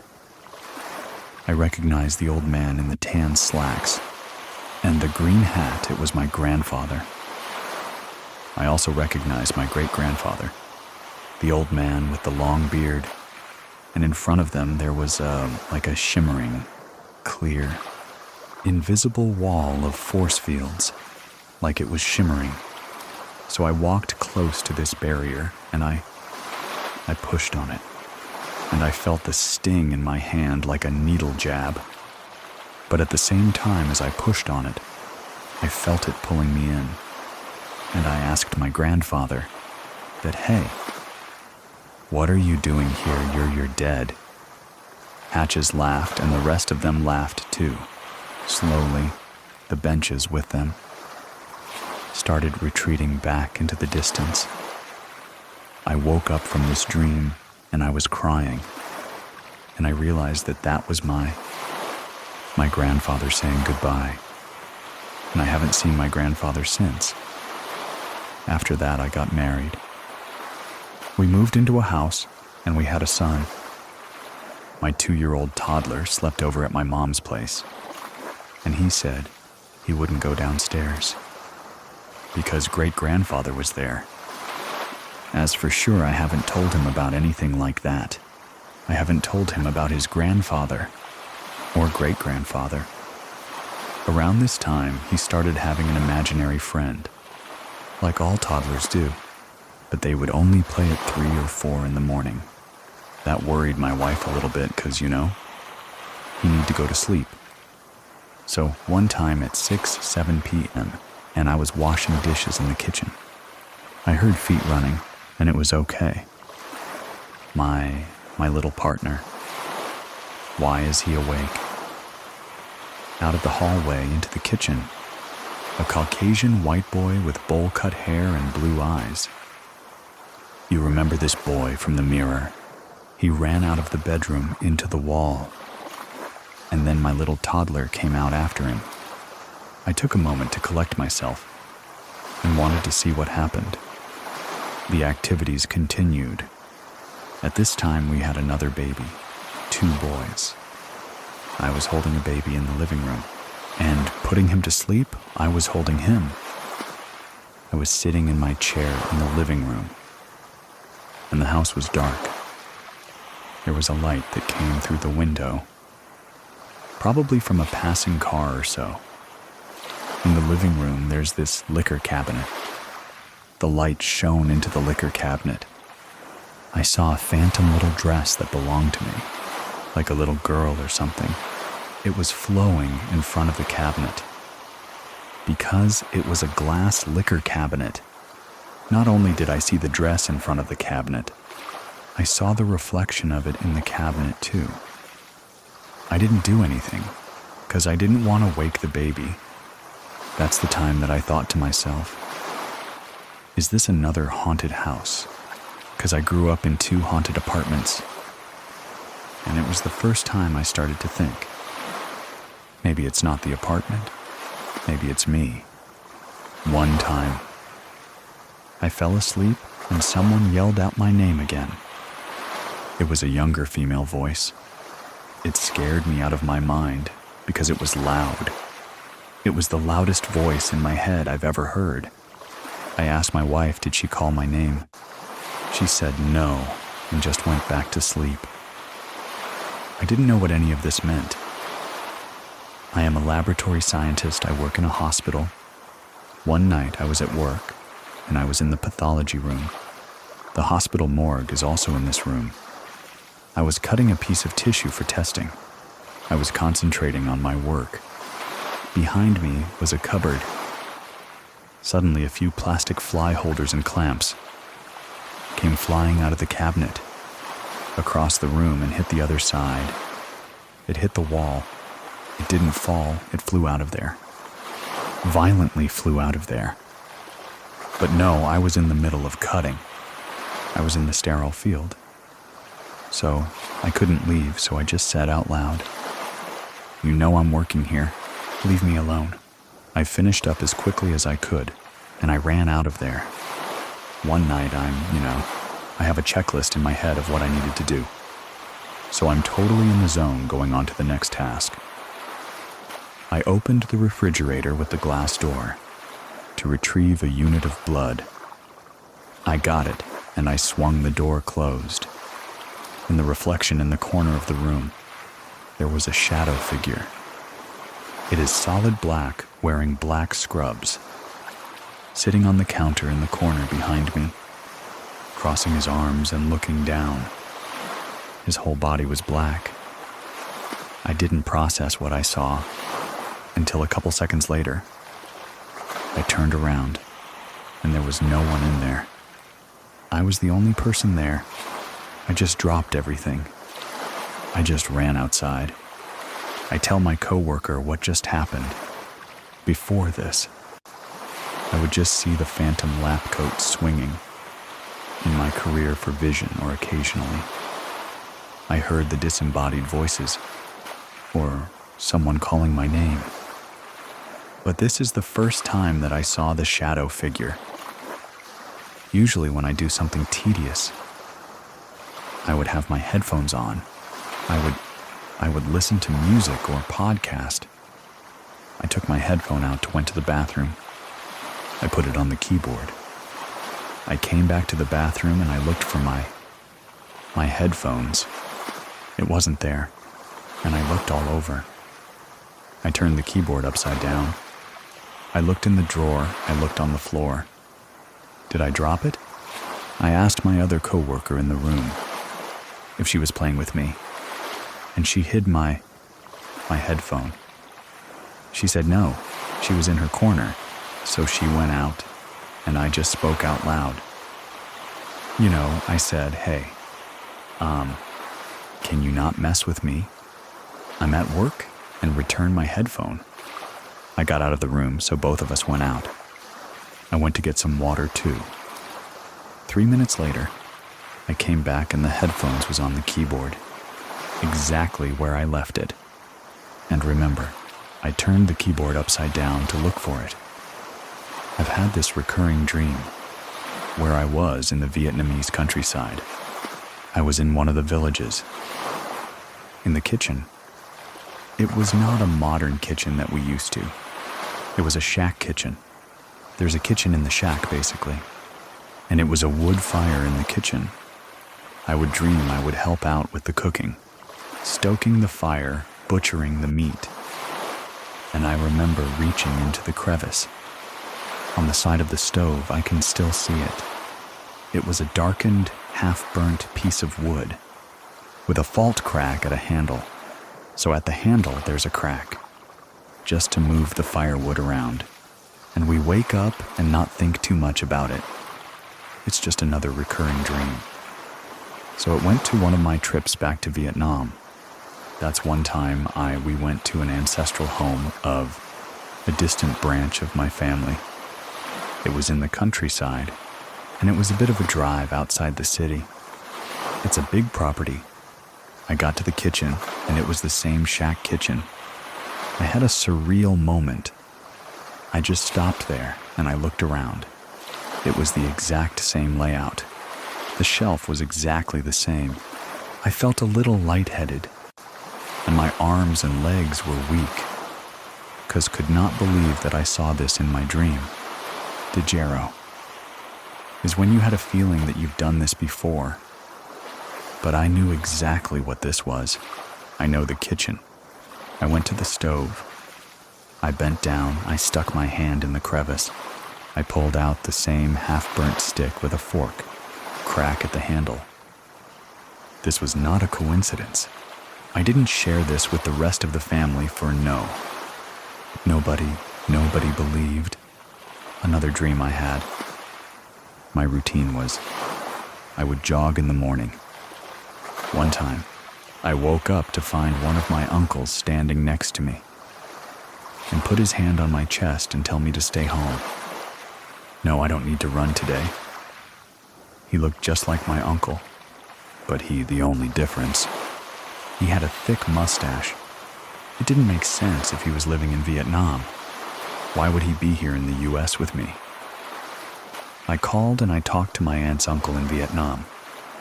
I found out that my uncle was the youngest in the family. My grandma had a miscarriage after having him, and it was a boy. My aunt told me that it could have been him. The uncle that my grandma had had a miscarriage, and then a few months later, someone in my neighborhood was taking her dogs out for a jog. She was run over by a car whose driver ran a stop sign. I wanted to make the connection, but the timing of the day was off. I drop in the morning. This accident happened in the afternoon. Later, I realized that if I was destined to get run over that morning, but stay in bed instead, then maybe no one else had to take my place, and there would be no accident at all. But yeah, that's conjecture. I dreamed about a family of 4, playing on the side of a house. It was a Caucasian family. There was a green convertible. Personal driving, it was one of those old car AGTO, and they were writing their initials in the year, in the wet concrete on the side of the house. I didn't see what they were writing, but I know that's what they were doing. What else would you write in concrete? And it was a recurring dream. I didn't pay much attention to it, because it's just a dream. Sometime later in real life, we were looking to buy a house, and the housing market in 21 was very bad. Then one afternoon, after putting our names down at 2 different houses, with very low hope we went back home. And on the way, we had passed by this house with an open house sign, and I told my wife, you know what? Let's just go in, let's try our luck. Went into the house, and I went out by myself. And I got to the side of the house. And just like when I was in that kitchen, I stopped. I was shaking. There it is, the green convertible, GTO. I walked to the side of the garage, and I saw the initials in the year in concrete. All of a sudden, it's like a rush of intensity. I felt everything. I felt the happiness. I felt the nostalgia. I felt a laughter. I felt a shiver, despite all the emotion that the property has experienced. It shared some of that with me. So the realtor revealed that the owners retired and wanted to move to the United States and needed to sell his house. Usually you need to outbid the other buyer. The price would just go up. However, the realtor told me that she was just instructed by the owner, just before we showed up, to settle for $20,000 over the asking price. So that's what we did. We offered $20,000 above asking price, and we got the house. The house has been good, and I haven't had any paranormal experience here. My wife asked me, "Hey, have you seen anything unusual?" And I said, "No, this is a good house." The last thing is, all the haunts that happen while we go on vacation, there's been 2 that are significant. So we went to Indianapolis to attend a cousin's wedding, and it was a large group of us. We booked a large multi-room house, and the first thing I noticed when I put up was, this is a very nice Victorian house. Oh, but it looks very nice historic. It was in the historic part of Indianapolis. So one night I went to sleep pretty late, and I was tired from a day of driving and attending events. My wife was in the bathroom getting ready to sleep. I closed my eyes, and the light was on in the room. It was bright white light, and I felt the room getting darker through my closed eyelids. So I figured my wife get out of the bathroom, and she turned off the light. When I opened my eyes, and what seemed like a second later, the room had a flickering yellow hue, as if the room was lit by candle lights. Standing at the foot of the bed was an older, white man in colonial attire. He had a saber or a sword by his side. I looked over to my right, and there was an older, white woman with salt and pepper hair in a white nightgown. The older woman was looking into the distance, but the police officer was looking straight at me. I was scared. I pushed myself to sit up, and as soon as I sat up, the older woman turned to look at me. I realized I am awake. I'm wide awake. This is not a sleep paralysis. I closed my eyes. I didn't want to look at them. I saw myself standing on the sidewalk at an intersection. I looked up and saw the signs for the cross street. Pennsylvania and 22nd. A sedan was speeding in its cross intersection, but it hit a pedestrian. The pedestrian's face zoomed into mine, and I saw her face. It was an older black woman with short, buzz-cut hair. And then a name appeared in my head. Wendy. That's when I opened my eyes and I yelled out help. My wife came out of the bathroom, and she asked what happened. I told her what I've seen, and she said, "Let's just go to sleep." I was very unnerved by what I saw. It was 2 apparitions and a memory or something of someone getting run over. So in the morning, I looked on the map. In Pennsylvania, 22nd is 1 street over of where we stay. We stay on the 21st in Pennsylvania. I rationalized that. I must have seen Pennsylvania and 22nd on the map while I was driving, and I must have incorporated that location into what I saw. But I had no explanation for the colonial officer and the woman. I had no explanation for the name Wendy. I Googled car accident in Wendy and that location, but nothing came up. I couldn't explain it. A couple nights later, I sat in the kitchen to talk to one of the uncles. It was early in the morning, again 2, 3 in the morning, and I sat on the table across from him. Behind his head on the wall was an oval vanity mirror. It was angled downward where I sat. I could see his reflection and mine. We were in the middle of a conversation, and I looked up in the mirror, and there was a dark shadow figure moving on the wall behind me. It stopped, waved its right hand, and continued moving out of view. I turned around right away, and of course there was nothing there. I didn't tell anyone until we got home, and I told my wife. The last thing that happened was in Chicago, Illinois.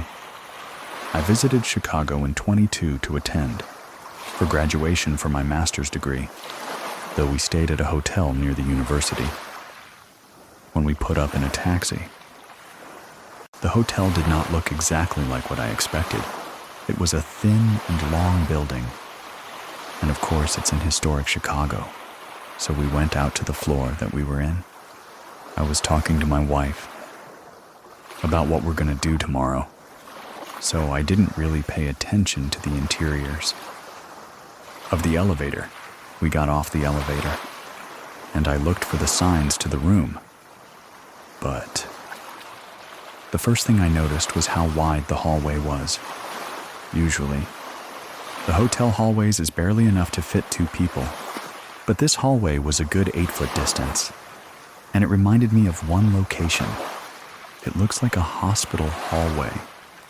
I told my wife, "Hey, honey, this looks like a hospital hallway," and she's like, "Yeah, it does. It's weirdly very wide." We passed a door frame on the way to the room, and it reminded me of the safety double doors that the hospitals would have. We made it to a room, and we went to sleep. It was late. I was fast asleep when I heard the alarms. In my head or in my ears, I'm still not sure. In the background, I heard people talking, yelling. I woke up to this noise. I opened my eyes then, and the monitor alarm was gone. But the background talking noise, it echoed for like a good second before it disappeared. In the morning, I told my wife, hey, I rationalized to my wife that the air vent must have carried the voices of people talking in the other rooms, and I must have gotten woken up by then. We got up, we went to breakfast in the lobby, so we got in the elevator to go down. This time I was fresh. I was awake. I read the poster that was on the elevator. So this hotel used to be the Cook County Hospital.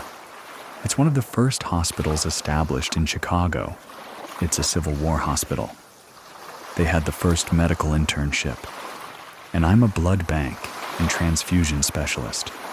And Cook County is the first hospital with the first institutional blood bank in the whole world.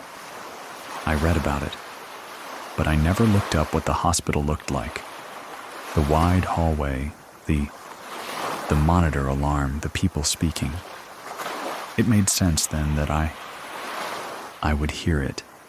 I didn't feel scared. I felt emotional as a fanboy, basically, because I was in a historic location. I had to have a moment with myself to realize internally that it's not all these places. It's probably me, growing up with passive family, where we don't talk about these things. It's hard for me to come to that realization. I tried to rationalize and disprove as much as I could, but I would accept the things I could not. With paranormal activities, you'll only get it if it happens to you. Auditory apparitions, they're fine as long as they don't make a noise. It's the ones that talk to you that's extra scary, because the second sense of hearing is more of a confirmation that this is real, this is happening. When you have 2 or more senses confirming that it's happening, it's no longer something subconscious. It's real. It's conscious. Just a side note here. Our storyteller today mentioned Wendell, a missing link in his story. He had no idea how it was connected to anything. Well, it turns out our editor and sound designer, Sarah Voorhees Wendell, got us scared today when she heard it. Was it just a coincidence? If you have a true story that you want to share, head on over to TrueScaryStory.com and fill out the form. And if you're following the show, we'll get to hear another story next week. Anyway, thank you very much for listening. Keep it scary, everyone. See you soon. Please listen to the story Farmhouse Nightmares. Some memories never fade. She was just a child when it happened, alone in the dark, unable to move. She heard it, and she knew she was not alone. My name is Edwin, and here is Liz's true scary story. My name is Liz. This situation happened 1976. I was 8, my older sister was 10. Back then, my parents divorced, so we had to go into the foster care system. The night that we left, we had to go to what they call an emergency shelter. Home. We grew up in the city, so here we are driving maybe an hour and a half, 2 hours, and it's all farmland. It was dark. You've got one house, Another house you won't see it for another couple miles. That's where Mr. and Mrs. Moore lived. They lived in a farmhouse. Looked very scary the night we got there, of course. But as the days and weeks and months went by, we actually really enjoyed ourselves there during the day. It was nice because they had horses and they had chickens, and we played outside. Every night Mrs. Moore would say goodnight to us, and then she would close her bedroom door and, she would go to her room. At the time that this happened, it was myself, my sister, a young girl, and her brother. The three of us girls shared a big bedroom, and the young boy was in another room. So it's a 2-story farmhouse, and you go up the steps. Straight ahead was her room. So you open the door, and to the right is where the young girl would sleep. Then, to the left would be my bed to the left, and my sister's bed on the right, with a window in the middle against that wall. That night, I don't know why I felt just unease. I couldn't sleep. And when I think about it now, I think, did I sense something? My head is turned to the right with my left ear exposed, meaning I didn't have the sheets over my face or anything. I couldn't sleep, but I had my eyes closed. And then, all of a sudden, I see the shadow, but look to be of a man come in the room, come straight and then turn left, coming either to my sister's side or my side. I can see that, but yet my eyes are closed, and I know I was not sleeping.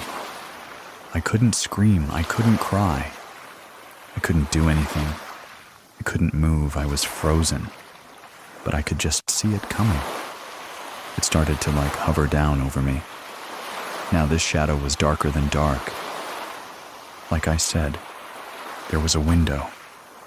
The moon was out and you still couldn't see the shadow. And he was tall, very tall. So he hovers over me, and he starts to get closer and closer.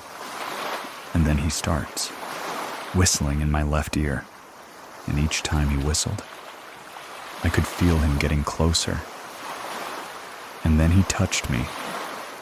When he touched me, which felt cold, I woke up. It was like I was in this trance. And then I woke up, and I started screaming, and I was crying. Mrs. Moore comes in, turns on the light, and she says,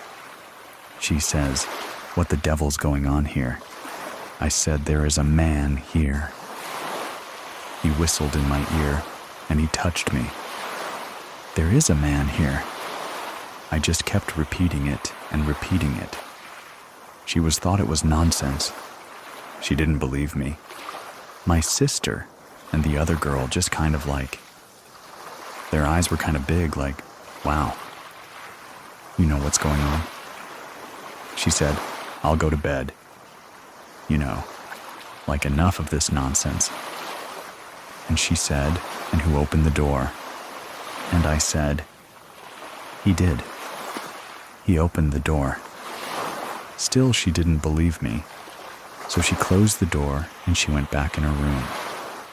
Of course, she turned off the light. And my sister says to me, "Liz," she says, "I believe you because I think it came to me first." I'm crying and I wiping the tears off my eyes. And I said, "Well, why didn't you say something?" And she said, "Well, I didn't think anybody was going to believe me." She tells me that she sees the shadow, and she, too, said it looked like a man, a very tall man. It's coming towards her, which is weird because I can see it coming towards me. And she said she was holding on to her sheets, and she wanted to cover her face because it was starting to hover down over her. She said it took everything she had to put the sheets over her head, over her face. And she said when she did that, what woke her up was me crying and screaming I never saw it again, but other things have happened. It just was not the Shadow Man. My first encounter with what I may call the paranormal happened probably a year before my parents separated. I was home alone with my baby sister. My dad was working. My mom was working at night from time to time. She cleaned offices at night, and I remember her taking my older sister with her. Now, nowadays you're going, okay, wait. She's like 7 years old. No one leaves her 7-year-old like that. But back then in the 70s, anything happened. We were in this apartment. And just to kind of give you a visual, there was a living room. Then there was a small little dining. And right across from it was a kitchen. And then straight ahead, to the left was my parents' bedroom. Then down the hall was our bedroom. And the three of us shared it. That night, I'm sitting in the living room. The couch was on one side of the wall, and I was watching TV kind of like sideways. Sitting on that couch, and my sister was on the floor. She was playing. I think I might have had like a blanket on the carpet for her. I needed to get her a diaper. I got up, and I went straight down the hallway into our room, opened the door, and as soon as I opened the door, to the right of that room is our closet. And when I opened the door and turned on the light, that closet door was like shaking. It was like trembling like. And I'm looking at it, I'm scared. Of course, I'm 7 years old, I'm scared. And I quickly go straight to my sister's crib, grab a diaper, close the door, didn't turn off the light, nothing. I just closed the door and I ran back in the living room. Of course I'm starting to cry a little. I changed her diaper. And I'm sitting there. And I can recall watching the Sonny and Cher show. And I'm sitting there watching that. And trying not to think about what I just saw. Just praying that my mom would hurry up and come home. As I'm sitting on this couch, I'm on each side of the couch with one end. Table on one side and table on the other side. All of a sudden, to the right, on that table, and I looked at it like, what was that? Then, all of a sudden, to the left, the end table on the left side of the couch, it knocks again. And I'm like freaking out by then, knowing that something is wrong here. And all of a sudden, it starts knocking underneath the couch. I jumped off and I got on the floor, started tearing, but I don't think I was crying, like out loud, because I didn't want to scare my baby sister. When my mom finally comes home with my older sister, as soon as she opens the door, I run to her and I'm crying, and she's saying to me in Spanish. She says, "Mijita, ¿qué te pasa?" which is honey. What's wrong? I started telling her. The closet door in the bedroom was shaking. This table was knocking. And then it knocked again on this table. And then it knocked under the sofa. I guess because we're Hispanic. And we have that background of beliefs in the paranormal. And all these other things. And the thing she asks is how many knocks. And I'm looking at her, and I'm like, 3. 3 on this table, 3 on that table, and 3 under the couch. And then she proceeds to tell me, which now when you think about it, it's like, okay, why would you tell me that? Mom, at like 7 years old. And she said, well, that's the devil. Thinking back on that, with knowledge I have of some things, that's mocking the Holy Trinity. So when you're 7 years old, you're not going to make up a story of 3 knocks each. And that was the first time that an encounter of, for me, I call it evil. I call it evil. I've had many evil encounters, but I've had other types of paranormal encounters. Just maybe not necessarily all bad. That one, though, was bad. The next story would be when we left Mr. and Mrs. Moore's house and found like a permanent foster home. We actually stayed the most with Mrs. Moore's best friend, Mrs. Clark. She was a widow. Her husband was the local pastor, who had passed away a long time ago. We came to love her and her huge family. I mean, she had like 7 grandkids, grown kids, and she did open her home to other foster kids, not just me and my sister. And my sister, again, is my older sister. My younger sister stayed with my mom. I think we may have had a 4th of July party. We had to walk down this road, very dark road again. It's that same road, it's dark. It's farmland. And we were walking. Maybe there's about, maybe 10 of us, towards what I call like a fork in the road. Because half of those kids lived on the other side of that road. And in this fork of the road is where our church was, our Baptist church. And there's a graveyard next to it. And these other kids that needed to go to the other side of the road, all they had to do was just kind of like walk in the grass of the church to go to the other side, so they did that. The rest of us stayed on our side. You know, we said our goodbyes, and then all of a sudden, someone said, "Look, what is that?" We all looked, and he was pointing at the sign where it has, like the church services. But it was a pretty big sign because there was still a lot of room for it, just being like concrete. The sign did not cover all of that, but he was pointing at that. As soon as I looked and my sister looked, and I can only speak for the 2 of us, we saw this shadow, and the shadow got bigger. And then it opened up what I call like wings. What we saw, these 2 red eyes. We all screamed, and we just ran. The kids on the other side of the road were running to their house. We were running back to our house. We went home, and we told Mrs. Clark and everyone that was still there.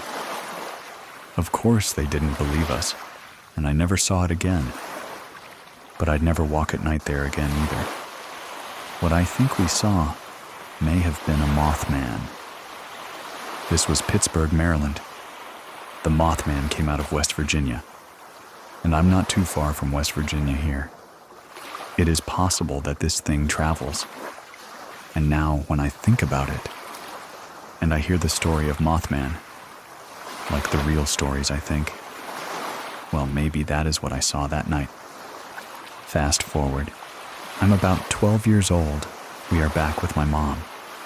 So it's the 4 of us, my mom, my older sister, myself, and my younger sister. And we are living in a, townhouse. These were brand new townhouses. I don't know when this started, but I can tell you by the time I was 12 years old, I was trying to debunk anything that I've heard or seen or happened, or my sister says, "Hey, this happened," or my mom says something. I'm like, number. I refuse to believe this. I'm not going down that rabbit hole again. Until it happened to me. A few things that had happened, for example, to my mom. And I didn't know this until years later. In the townhouse, there's 2 floors. You walk in, there's a dining room. Then there's a kitchen, little hallway. Living room, you go up the steps. Turn right, and to the left, there's 2 bedrooms. To the right, there's a bigger bedroom. That was my mom's bedroom. And there was a shared bathroom that had 2 doors. You know, when you come in you can go in from either way. My mom told us years later that, one night, she was reading her Bible. I get the feeling she was having things happen to her. They always did, but I think things were still happening to her at that time. And she started reading the Bible more frequently. That one night she said her bed shook. I mean, it shook. That happened to her in that bedroom. Now, years later, we all kind of switch bedrooms, and the two of us already shared that big bedroom. One day my younger sister was with her best friend in our bedroom, and they were playing and stuff. And then all of a sudden, they're hearing sounds coming out of our closet. Things kind of like moving. A belt moving that was hung up. You know, wasn't like on the floor or anything like that. They ran downstairs and said, "There's something in the closet." And I was like, "The bunker." I'm like, "Now there isn't." I went upstairs. I opened the closet. I see my belt hanging and, see nothing. And I said, "It's all good." I ignored that. One time the three of us went to my younger sister's best friend's house. Her parents weren't there. But we went over and we watched a movie, ate popcorn and things like that. Now, Heather had a dog, so the dog was with us. We're sitting in a game room, and it was near the kitchen. But you couldn't see the kitchen from where we were sitting. I remember that when we came in and went in the kitchen, there was the local newspaper on the kitchen counter. So we're sitting in the living room, minding our own business, doing our thing. And then all of a sudden you can hear a sound of what sounded to all of us was someone picked up the newspaper and threw it on the floor. The dog looked and started barking. My sister's best friend wasn't paranormal or whatever, of course. We didn't call it that. Back then we did. We figured, okay, something's not right here. Is it following us from our house? Going back to our townhouse? I remember the one time I was in my bedroom, and my room was always very cold. Very cold. I had closed the door, and I was doing my algebra homework. A few minutes later, my mom comes up, and she tells me to leave the door open because the room is so cold, to let the heat circulate and stuff, so it would heat up my room. So she goes downstairs. She's downstairs with her boyfriend and my two sisters. I'm the only one upstairs. I'm on my bed, sitting on my bed, looking at my book, and I can see that my door shut, but it didn't clasp or anything. It came close to closing, but it didn't. But it moved so quickly, it just went. And I looked up, and I was like, okay, my sisters are pranking me here, so I ignored it. Finished my homework, I went downstairs, watched TV with the rest of the family. And I said, okay. By the way, I said, which one of you tried to close my door? And they're like, what are you talking about? I said, Mom told me to leave the door open. She left it open, and I did. I said I could see that my door went to shut, but not all the way real close though. I would have seen someone's hand on the doorknob if they were trying to close the door. I didn't see anything. And they're like, Liz. And they're like, I don't know what you're talking about. None of us were up there. I looked at my mom because I know she wouldn't have lied. She wouldn't lie. And I looked at her boyfriend, and he's like, nope, nobody was up there. Now, when this happened, I no longer could ignore it. One Saturday morning, I was by myself at the house. By then, both my sisters had heard things upstairs. Like walking, I refused to believe it. That morning, I'm in the living room, I'm watching TV, and all of a sudden I can hear footsteps upstairs. They're pacing back and forth, back and forth. I ignored it well. Then it got louder, and I could hear it come and pace from that bathroom where there's two entrances. It was going from the hallway to the bathroom, to my mom's bedroom, back to the bathroom, back to the hallway, and I finally put the TV on pause. It would stop every time I would pause. I put the volume back on, and then this time, I put the volume even louder. The footsteps got louder, louder than the volume on the TV, as if it wanted me to hear it, so I put pause again. I did that maybe about 3 times. By the 4th time, I got really mad, and I got up and I went to the hallway, turned around to the bottom of the steps, and looked up to the steps at the top, and I said, "Okay. I've had enough," I said. "If you're here, then show yourself." I can hear the steps creaking, and I can hear each step that was being made. There was the creaking sound in, but you could hear like there were footsteps.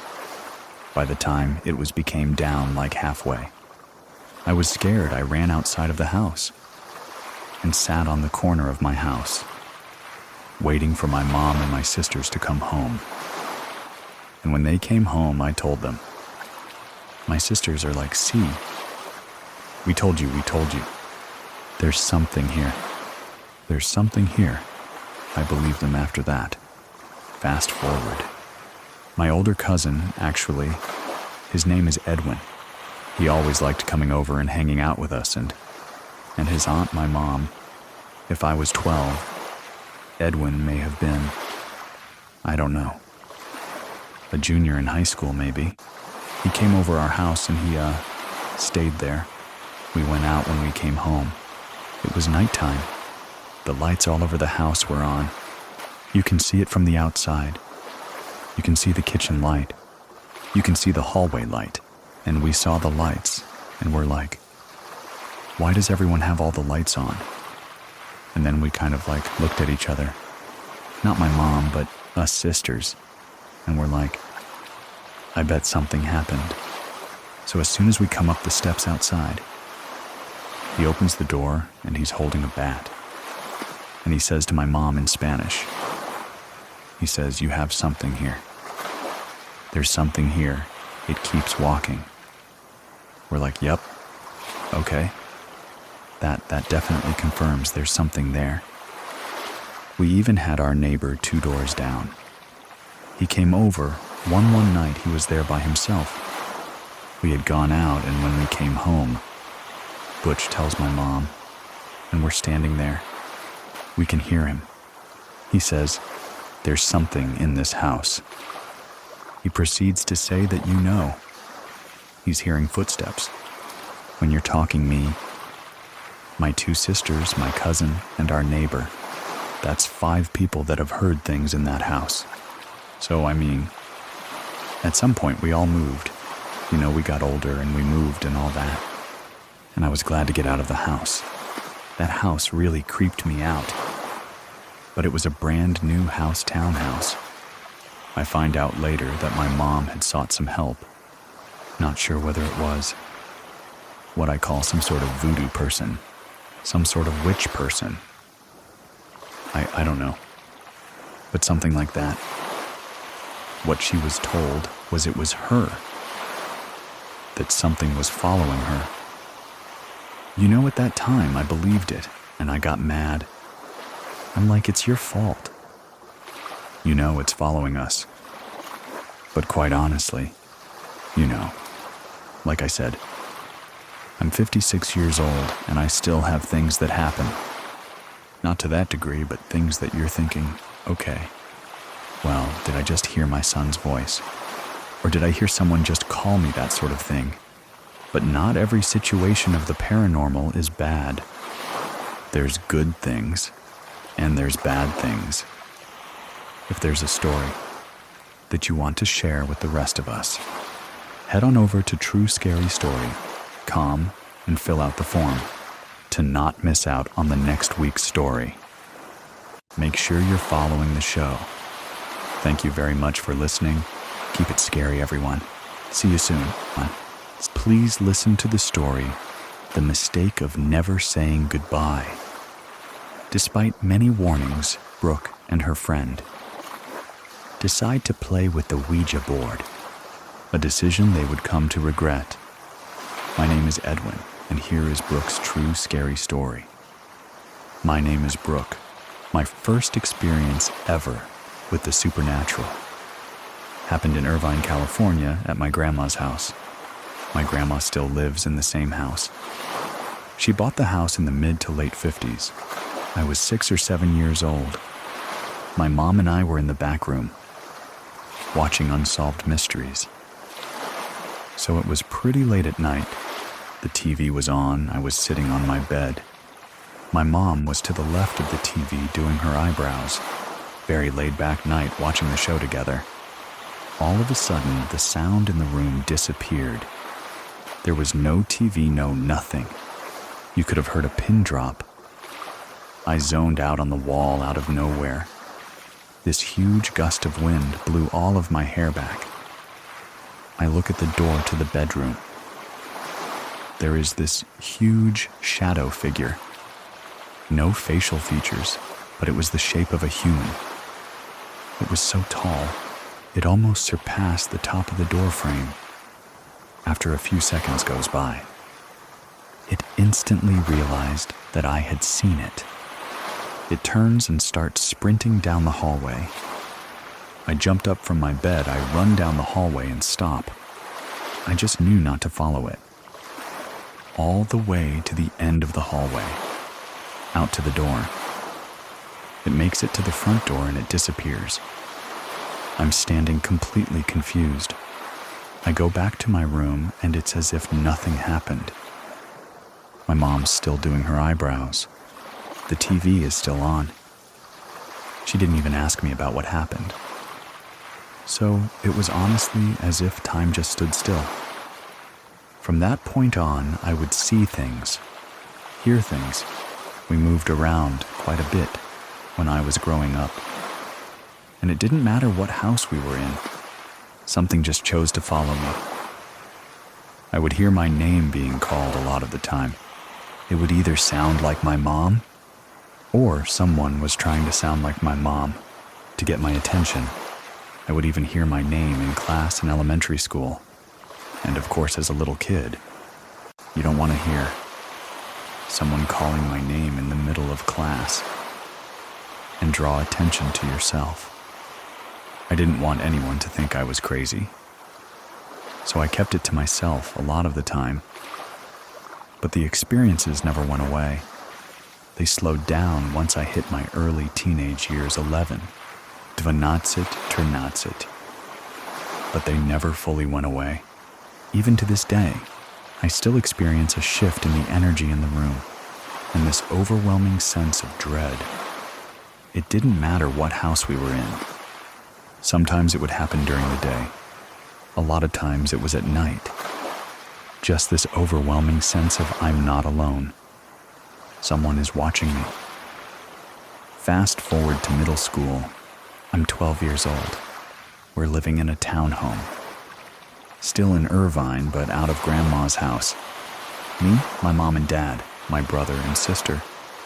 My parents decide that it's not working, and they tell us that they're getting a divorce. Dad moves out. He has his own place. That doesn't last long. And he ends up back at my grandma's. And he meets my stepmom. They get married. They have my youngest sister. And we move into a house in Northwood, not far from my grandma's house. At all this house. The first time that we did a walkthrough of that house, it didn't feel right to me. Downstairs, no problem. As soon as I went upstairs were my soon-to-be bedroom, my siblings' bedroom, and my dad and stepmom's bedroom was. I just had a feeling of I don't want to be here. This doesn't feel right. I ignored it. We move in. We're going back and forth, spending about half the week with my mom, half the week with my dad and stepmom. Nothing happened at first. It was a lot of feeling again. Dread every time I had to go up into their room, or even just walk past their room. I absolutely hated that feeling. I would ask someone to go up and close their bedroom door. I would avoid even looking down the hallway. If their door was open, it never gave me a good feeling. This was going on for a handful of months, and I felt very fortunate that we moved into the same neighborhood that my best friend at the time was living in. Her house was 2 streets up in the same exact neighborhood. We were spending the night at each other's houses. Every weekend, we would alternate and meet at the corner. Okay, whose house are we spending the night at tonight? Few months goes by, I keep having these feelings. I can't shake them. And her and I are having a sleepover at her house. I'm telling her about all these things, how scary it is, and I wish I could figure out what was going on. She laughs and she goes, "Hold on. I have something I want to show you." She goes to her bedroom closet, and she pulls out a Ouija board. I grew up in a very traditional Mexican household. Most of my family are believers. You don't mess with the supernatural, and you absolutely do not mess with Ouija boards, no matter what anyone tells you. It's not worth it. I always knew it was something you avoid, but we were teenagers. A few weeks later, it was my turn to host. Having her over, she brought the Ouija board with her. The light that I would use in my room had a dimmer setting. You could dim it almost all the way down to where it was almost like a very mild candlelight feel. We waited for everybody to go to bed and, of course, picked the absolute worst time, the witching hour as they call it, to bust out this Ouija board. Her and I are sitting right across from each other. Our knees are almost touching. There's obviously space on either side of us. It's just her, and we have my light all the way on. We're sitting there, she takes it out, explains to me how it works. We both place our hands on the Ouija board. She's like, "Okay, what do you want to ask it first? Do you have an idea of what could be in the house? Is it an adult? Is it a child? I don't know. Let's just ask it if there's a ghost in our house." She says, "Okay." We put our hands on the Ouija board. She asks the question. The little piece starts moving. So of course I'm like, "Okay, you're moving it. This isn't really happening." She starts freaking out, and she's like, "No, I'm not moving it, I promise you. It keeps moving all the way to yes." I start panicking. I ask her to stop, and we sit there for a second. Clearly, there's something here. I'm not going crazy. What do I ask it now? She thinks about it for a second, and she goes, "Why don't you ask its name?" We put our hands back on. She asks the question. It slowly moves to GE as it's getting closer to the letter O. My lights dim by themselves. I start accusing her of moving it again. And she's like, "No, I promise you I'm not moving it." The lights dimmed on their own. It spells out Geo. George, maybe. We're trying to figure out what this name could be. Going back and forth, we're both a little scared. We put our hands back on the Ouija board. She asks the last question, halfway through it moving. The lights dim again. I feel this overwhelming sense of dread. That same feeling. Every time I walk past my dad and stepmom's room, before I can even say anything to her, there's this sensation between where her and I are sitting. We are not sitting alone. I could very vividly feel the pressure of someone's leg. Against mine, I get up. I run and turn the light all the way back on. She's full panic, eyes wide. "Did you feel that?" I said, "Yeah." "What the heck was that?" We are completely freaking out. Don't want to wake anybody up. The lights are on. She puts everything away. Went to sleep.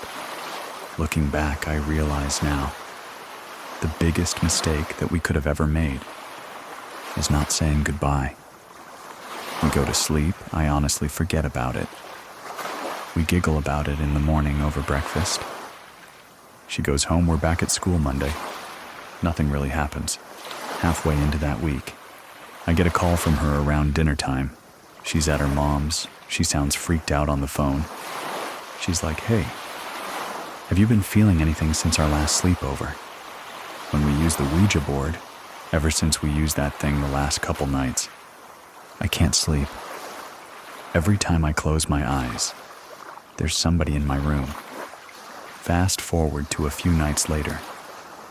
I go upstairs, I get ready for bed, shut all my lights off, get into my bed, pull the covers up, close my eyes, and I start to settle in.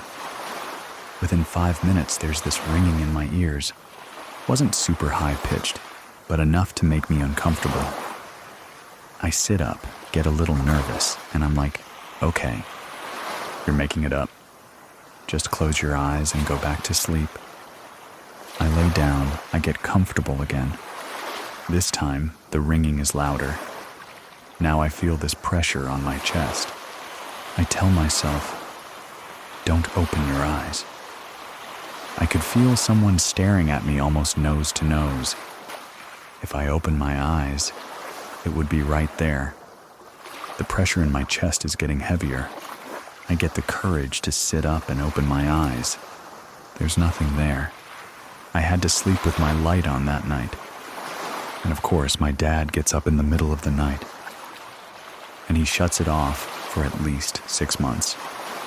Any time that I had to go to my dad's and stay there, that would happen every single night, unless I kept my light on. I kept getting in trouble for falling asleep with the light on as soon as the lights would go off. This thing would be right in my face.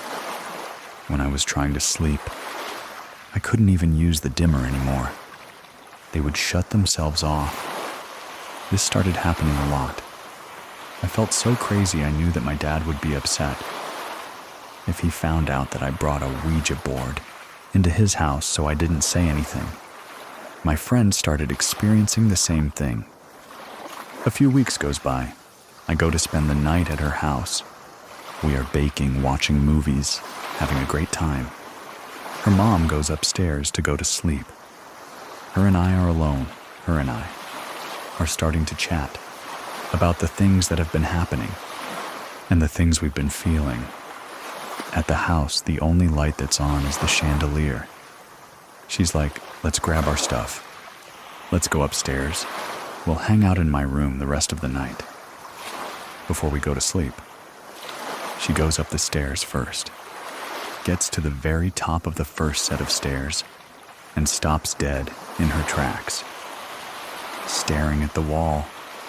I'm standing at the bottom of the stairs like, "What are you doing? Why are you not going to your room?" She doesn't turn around. She doesn't move. She doesn't look back at me. Nothing. She just says, "Don't move."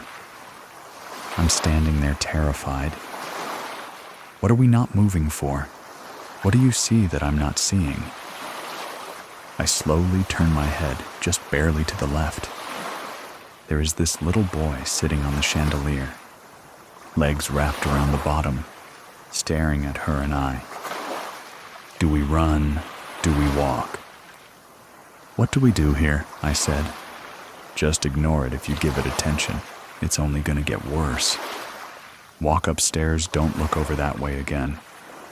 Her and I start with a walk, and of course, it turns into a run. We're terrified. We get to her room, sweating, freaking out. There's no way that really happened. It didn't. Go spend the night at her house for a few weeks after. That she told me. There was a few other times after that. Incidents that she saw him. I don't know if ignoring it is what helped it go away for her. But after a handful of times, it stopped happening. I had a few more experiences after that. I just thought, this was going to happen for the rest of my life. I'd be in the bathroom getting ready for school. Someone would shake the door violently. I'm alone. There's no one there. Things like that happened for several months afterwards. A few more weeks goes by. My little sister was a baby at the time. It was just me, her, and my stepmom home, alone. She's upstairs falling asleep in her bassinet. An hour goes by, and she starts crying. Something woke her up. I go to look at the monitor. I see a hand gently patting her back. She falls back asleep. I'm like, oh, perfect. I don't need to go up there. My stepmom made it up there as she went back to sleep. She's fine. 2 minutes later, my stepmom walks in the front door from outside. I said, did you just come in from outside? Or were you upstairs with the baby? And she's like, no. I was cleaning out my car. I didn't say anything. I just sat there. I went back and looked at the video later. And of course, there's nothing on there. I have nothing to show for it or to prove it. After a couple days, I started really just trying to visualize what I had seen, to see if I could put together what the hand looked like, or whose hand it could have been. I remember there being this green emerald ring on the middle finger. That's the ring that my grandma wore pretty much every day after that experience. And seeing what I believe was her on the camera, soothing my sister, everything just stopped happening. I was able to sleep normally again. My friend wasn't seeing stuff anymore. I like to think that somehow she paid a visit, not just to see my sister, but to be like, hey, you guys don't belong here, move on. I actually found out from my friend, a few years after all this had happened, that there had been a lot of crime in our neighborhood. Prior to us moving in, there was a park right across from our house, right across the street, that you could see from my bedroom window. I found out a few years later that a man that lived in the neighborhood for several years took his life at that park. I don't know if because our house was in such close proximity to the park, if maybe there was just this bad energy from stuff that had happened there, or from what happened with him lingering in the area. But I can definitely say, I'm still a firm believer that stuff is real. I have not used a Ouija board since 10, and I'll never use one again. I definitely still have experiences. I'm about to be 32 in November, and stuff still happens. It's not nearly as bad as it was. I make jokes about it now. I feel like keeping it lighthearted. It doesn't scare me. But it also doesn't welcome in the darker, maybe more sinister spirits that could potentially make themselves known. The most recent experience I had was actually about a week ago. My grandfather unfortunately passed away early May. It was very unexpected. I took the loss really hard. I get married in a couple of weeks, and he was so unbelievably excited for the wedding. I was given some of his things. I just feel badly. Wanted something of his to keep around. I have a picture of him from barber school. He was a very proud barber for over 60 years, on the same shelf as his photo. I have a pair of beads of his that he wore all of the time. He loved to wear necklaces, and I have his hair cutting scissors. A week ago, I was getting ready for work, and out of nowhere, the light started making this weird buzzing noise and was dimming itself almost in frequency. There was no music on, no TV on. And I giggled and I was like, "Oh, Grandpa, you came to visit? I've been waiting for you." As soon as I said that, the lights shut themselves off and back on. They started making that sound again and dimming in frequency. The more that I talked to him, the more the lights started doing that. They would get really bright and then really dim again. It was him paying a visit. I still talk to him every now and again, and the lights will do their thing. I'm sure a lot of that is just having his stuff in our apartment, but I definitely still have experiences to this day. I'm just grateful that they're a little bit nicer now than they used to be. If you have a true scary story that happened to you and you want to share it with the rest of us, go to truescarystory.com and fill out the form. You can always reach out to me in case you have any questions. Anyway, if you like the show, drop some stars for us in the ratings and reviews. I'll be back next week with another story. Thank you very much for listening. Keep it scary, everyone. See you soon. See you soon. Please listen to the story Roommates. In a small college town in the Midwest, a group of roommates moves in, expecting a fun summer, until something unseen makes its presence known. My name is Edwin, and here is Brain's true scary story. This took place in 2020. It was in a little riverside college town in the Midwest. It was 5 of us girls who were just moving into a new college-style house. Some of us had already graduated from school, so we were going to just all be there for an extra year, whether that be working or just finishing up school. One of the girls of the house that we were moving into had already lived there for a few years, and we were all friends with her. 4 of us moving into the house were brand new.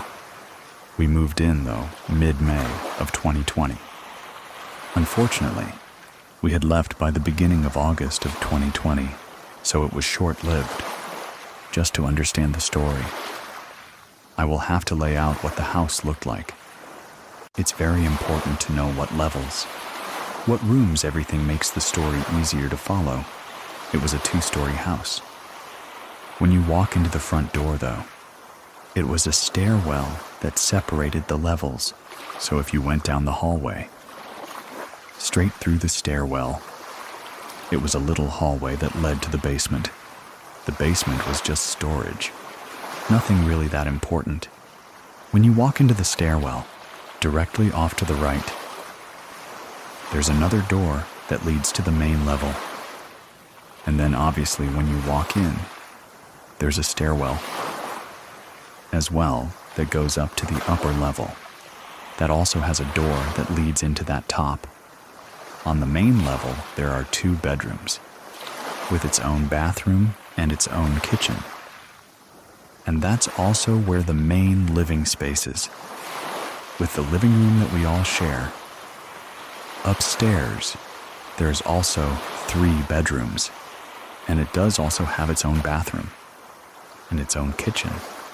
How it was all split off is also very important, of who was in what room. I had leased one of the rooms on the main level of the 2, and then there was the other girl who had lived there full time, lived in the other room over the summer. I had another job back in my hometown, so I was going to be traveling back and forth. So I actually sublet out my room downstairs to someone that I knew for that summer, just so it was paid for, and then I would just come back every once in a while to visit. Upstairs, there were the 3 bedrooms. 2 of them, again, were going to be there full time, and the 3rd roommate was not going to be there all summer long. So it worked out that when I would come to visit, I would just stay in her room so I had a place to sleep. Stay put my things while I would be visiting. In the beginning, mid-May. When we had moved in, everything was really fun. It was the beginning of 2020, obviously. So COVID was hitting. We didn't have a lot of options of things to do, so we spent a lot of time together. We watched movies and played games. One of the girls had access to the rooftop from their rooms. We would sit out there and listen to music. It started off really well those first few weeks. The subleaser had moved into my room at the end of May, so I had gone home to start my job. A few weeks later, though, I had come back to visit and was staying in the room upstairs. The girls had mentioned some weird things happening. Nothing had really been off. No weird occurrences had happened. with the tenants that lived there before, and we all knew them so. This was very strange that these things were happening. It started very small. That night, all of their doors were closed. So the two girls that were living there, as well as the empty room, all of the doors were closed at night when they would sleep. The girls stated that when they were sleeping, either trying to fall asleep, or they'd wake up in the middle of the night from it. They would hear humming coming from the hallways. They didn't specifically say if it sounded like a specific song, random little humming noises. That would be coming from the hallway, and then just go away and randomly reappear. The door to the empty room they did also keep closed. When they would wake up, the door would always be open. The weird thing about this, though, was that door was particularly hard to open and close, so it wasn't wind or something we could rationalize off. What would open that besides someone actually physically opening it themselves? Something that we still don't understand to this day is the only room in the house that has a padlock on it. Don't know why it was there. We don't know who had put that on there. And eventually, we did start. Sing it when the door wouldn't stop opening. And eventually, closing in the middle of the night. At that point, things were still fairly new. We were rationalizing off those little occurrences that were happening. But it just felt heavy upstairs. Whenever I'd walk around, I would creep around the corner first. Or walk really slow, like I felt like I had to establish and see everything in the space before I would feel comfortable walking into it. I just was so curious. I felt like something was seriously watching me all the time, no matter what room I was in. Bathroom, kitchen, it was bad. One of my first real experiences was while I was taking a shower. A lot of these events happen so fast, and it's really hard to always remember the order of operations. But this definitely happened towards the beginning, when I was in the shower again. It was the same feeling of being watched. I kept looking outside the curtains, and I know sometimes you do that when you're alone, and you kind of a little paranoid. But I seriously was looking out very frequently, looking behind me. I felt a little tickle on my neck, but I was again trying to rationalize that, saying, I'm in the shower, the water's running on me, I'm washing my hair. But I tried to end of that shower as soon as possible. Once I got out, I did bring up to the two girls that lived upstairs when they got home that I took a shower. And it felt weird, you know. I felt like something tickled me. But I think I'm just overreacting. They looked at me and they said, "Oh, we don't shower alone. If someone's taking a shower in there, they leave the door open, or someone's sitting on the toilet next to them. Because when they're in the shower and they're alone, or no one's near them, their hair will move. Like someone's picking up their hair, picking at it or rubbing their back. The shower, and this also happens to the sink, will just turn really hot, scalding hot all of a sudden, and they'll just kind of jump out of the water. They just will not be alone in that room." Their reactions when I had told them about the shower, and when they were explaining to me, you know, how they don't shower without someone with them. It seemed more matter of fact, like it was happening so often that they were like, duh, why would you shower alone? I was freaked out, and they were freaked out by all of the occurrences. But that was just something that had happened so often. I think they were just, unfortunately, used to it at that point. We were having a lot of fun together, so we kind of put up with it for a while. And they just brushed that off until it started to get worse. this only happened upstairs. So, the girls downstairs really didn't experience anything. I'm not quite sure if they believed the girls upstairs, but I experienced it myself. With all of these things occurring at night, with the humming, the door opening. We started sleeping with our lights on. We tried to rationalize that. Maybe if we left the lights on, it wouldn't do those things. We'd trick it to think we were awake. One of my roommates in particular, Megan, had the typical college lights, the sticky lights that are around your ceiling, and you have a remote that turns them on and off, and they can change color. The lights would turn off, so you would try to keep the lights on to sleep, but they would just randomly turn off. She kind of tried to experiment with it and move the remote that she had under her, or sleep with it under the bed. For some reason, if something's touching it, it can't.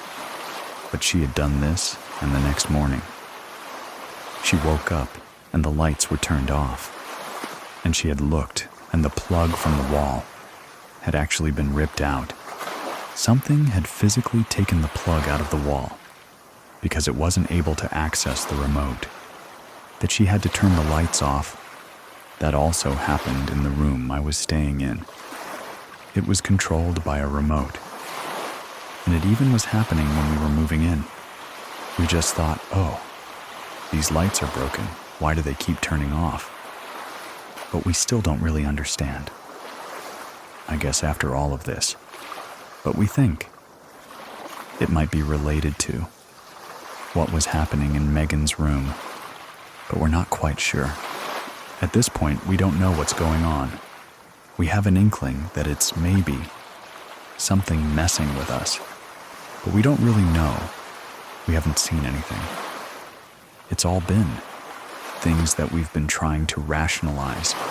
Maybe bad plumbing, maybe bad electrical, maybe the house is moving, so the door is opening. But then, it started to become more frightening and obvious. My one roommate, Sarah, was targeted by these scary things, a little bit more than others. One of them was she was up in her room doing homework, watching TV, and she had randomly heard blood-curdling scream coming from downstairs. Just horrible screaming. Thought someone was injured. So she ran out of her room, ran down the stairwell, burst into the living room, and then went and checked on the roommates to see what was going on, and both the subleaser, as well as the other roommate that lived downstairs, were both just chilling in their room, watching Netflix, not doing anything. No noises, nothing. So that happened multiple times. You would be upstairs and just hear noises downstairs, and nothing would be there at all. We all had very vivid dreams as well. I was staying in the room that had the padlock on it. It was really hot, so I had a fan on. I had my laptop up playing some kind of show on Netflix. I was trying to fall asleep. And I did turn the lights off. My leg was sticking out from under the covers, and it felt like something was kind of tickling my leg. But again, I tried to rationalize. Maybe it was the wind of the fan, with maybe some leg hairs. I don't know. I tried, and then all of a sudden, it kind of became like scratch. So I immediately sat up, and I didn't even think to turn on a flashlight or turn on the room lights. I took a picture with the flash. I was going to send it to my friend, who was actually leasing that room, and I was going to send her that picture. And I looked at it, and there was a red scratch mark and a bruise, and kind of a little hole in my leg in that part. I don't remember there being a bruise there before. I don't remember there being a red mark. It looked like there might have been a scab on my leg. That was kind of ripped off. It had scared me enough that I turned the lights on and was trying to sleep with the lights on again. Somehow that night, I did fall asleep. My first dream was me having a lake day with my family. We were all swimming in the lake. Some of us were outside on the dock, but most of us were swimming. All of a sudden, the lake had turned black. Everyone's eyes had turned black, and they just all had a blank stare and were going underwater. The family members, including me, who did not do that. They were trying to swim underneath their feet and pull them under and drown them. And I remember in my dream taking a t-shirt and trying to cover my feet so, I wouldn't get pulled down. Then all of a sudden it snapped, and I was in a field. It was a big, open, green rolling hills field, and I was standing there with a goat that was on its hind legs. Somewhere in this, the goat had assaulted me. I then woke up because I had wet the bed. I have never wet the bed before in my life. Adult life, middle school childhood. I even called my dad to ask. I said, "Is this a habit that maybe I'm reverting back to?" And he's like, "No. You never did through my college years. Never." Obviously, I was mortified. This wasn't my bed, so I got up immediately. I took all of the sheets down to the washing machine. I threw them in and I called my friend, just wanting to be transparent and let her know and apologize. And she said, wait, wait, wait, wait, wait, wait, wait, back up, she said. What was in your dream? And I had mentioned the dream. And she said, Bryn, do you not realize that the goat is an animal, representative of the devil? And I processed that. I said, yeah. You're correct saying that. So from that night on, I never slept in that room again. I moved all of my things downstairs, and I slept in the living room. Even in the living room, though. Even though there was no really occurrences downstairs, the dogs that were my roommates would still bark at dark corners randomly. They would bark at the door that led to the stairwell. They would just bark at it incessantly at random, although those things would happen again. I didn't know if that was just dogs being dogs, but I felt a lot safer downstairs. But yeah, after that, nope, never slept in that room ever again. And I don't think anyone else has. None of our roommates have. At some point during all of this, I was at my hometown in Megan. My roommate had told her mom, and her mom was concerned enough that she called the medium to try to come in to see if she could help. When we were telling the medium about what was happening, she said that it sounded like there might be two things there. She said she would be willing to help. And she did say, I want to do a drive by the night before, just to get a feel for the house. Before I actually come in, she did a drive by and by the morning. She had blocked all 3 of their phone numbers and never got back to us. So at that point, we were kind of just on our own. We also did a lot of research on the house and couldn't find any dirt on the house. We couldn't find anything about any kind of weird offense, any crimes. The house was right next to a Lutheran church, so we have no idea if that had anything to do with it. The house was also under construction. On the external parts of it, they were doing new windows and new walls, so we were just trying to grasp at any, maybe, reason why these things would have happened to us, and no one else. Unfortunately, things did not get any better. They actually got more physical again. I had mentioned that I had a bruise on my leg. Sarah had bruises all over her body. I even mentioned when I woke up the next morning, look at what's on my leg, and she said, oh. I have those all over me. So she had bruises all over her body, all up her legs, her arms. One weekend she had left to go camping, and all of the bruises had gone away. When she came back within a few days, they were all back. They just felt something touching them when they would be sleeping. So both of them really didn't get a lot of sleep. So both of them were kind of just mentally not there for a few months. Sarah also had an encounter where she was in her room, and she was working on homework, and she had all of her things kind of spread out on the floor. She was just working, head down, legs crossed, leaning over, and she had a mirror, a glass mirror. So not one of the kind of plastic, cheap ones you can put over your door. She had a glass mirror that was leaning up against the wall. She had looked up at one point. She saw something moving, and the mirror was actually tipping over onto her, and she was able to catch it.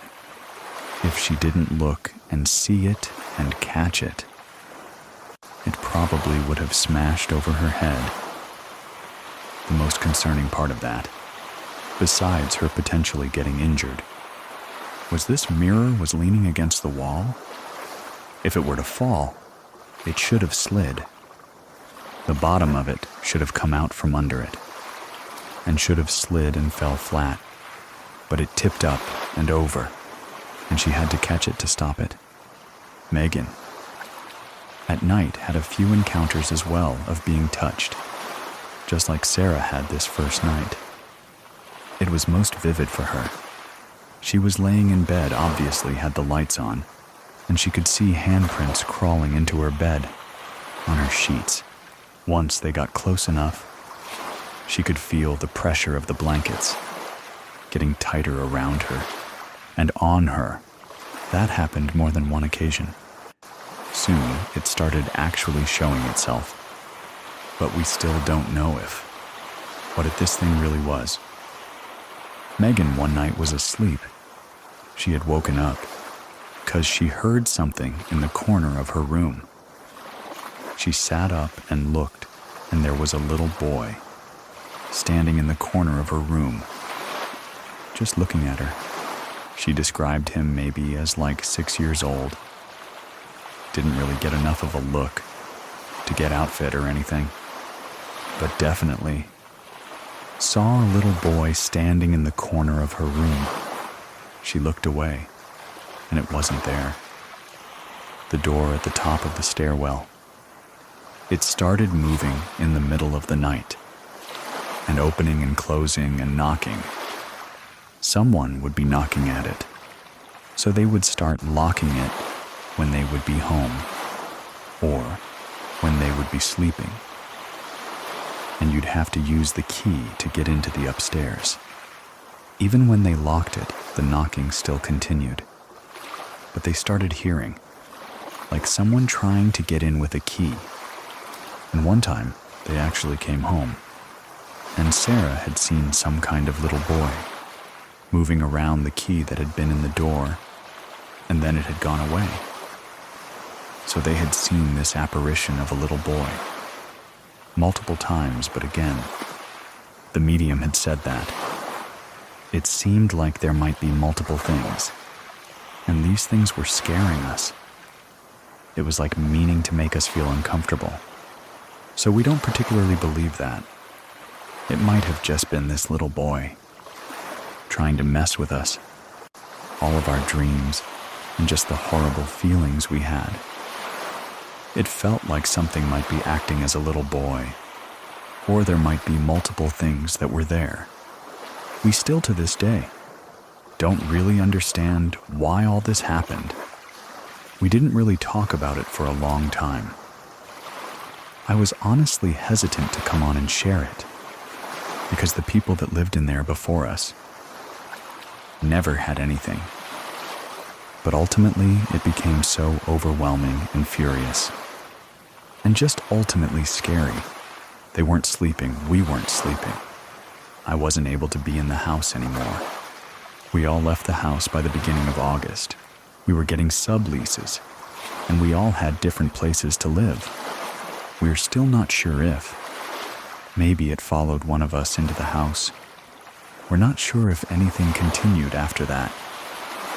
We felt kind of bad about it, but it doesn't sound like anything happened to the new subleasers. But we did not disclose anything to the new subleasers. It didn't seem like it was targeting the people before, and we were so desperate to get out. I think they were a little suspicious as to why we were leaving so fast. I would be. But we were all able to get subleasers really quick, and we were able to move out, luckily, really quick. I don't think it's followed any of us afterwards. I think we've all been able to just move on. But we couldn't put up with what was going on. We were too scared that we did have to leave. To share your own story with our community, go to truescarystory.com. And if you have questions or want to get in touch, I'll leave my information in the description of this episode. Thank you very much for listening. Keep it scary, everyone. See you soon. See you soon. Please listen to the story We Opened a Door We Couldn't Close. We're about to hear a series of experiences from two of our community members. From Scary FM, from objects moving on their own, to a ghostly child that roams around at night. My name is Edwin, and here are Gabby and Mike's true scary stories. I actually grew up in the south side of San Antonio. I want to say this happened around the 90s or the early 2000s. I remember specifically a night that my mom had passed away not that long ago. They were messing with the Ouija board, my relatives. One of my relatives asked my mom, "Hey, you want to play the Ouija board so you could talk to your mom?" My mom's like, "That's not my mom. That's not my mom." She knew very well what that game represents. She knew it was nothing good. It's like opening up a portal. We were renting this house from Murrieta, which is my dad's oldest sister. Two of my uncles were drunk. Very drunk. They were sitting like towards the end of the yard. The dogs went barking like towards the driveway. And then like they came back with their tails, like in between their legs. And then like one of my deals was crashed out. And my other deal saw a lady coming through the driveway. The lady just kept walking.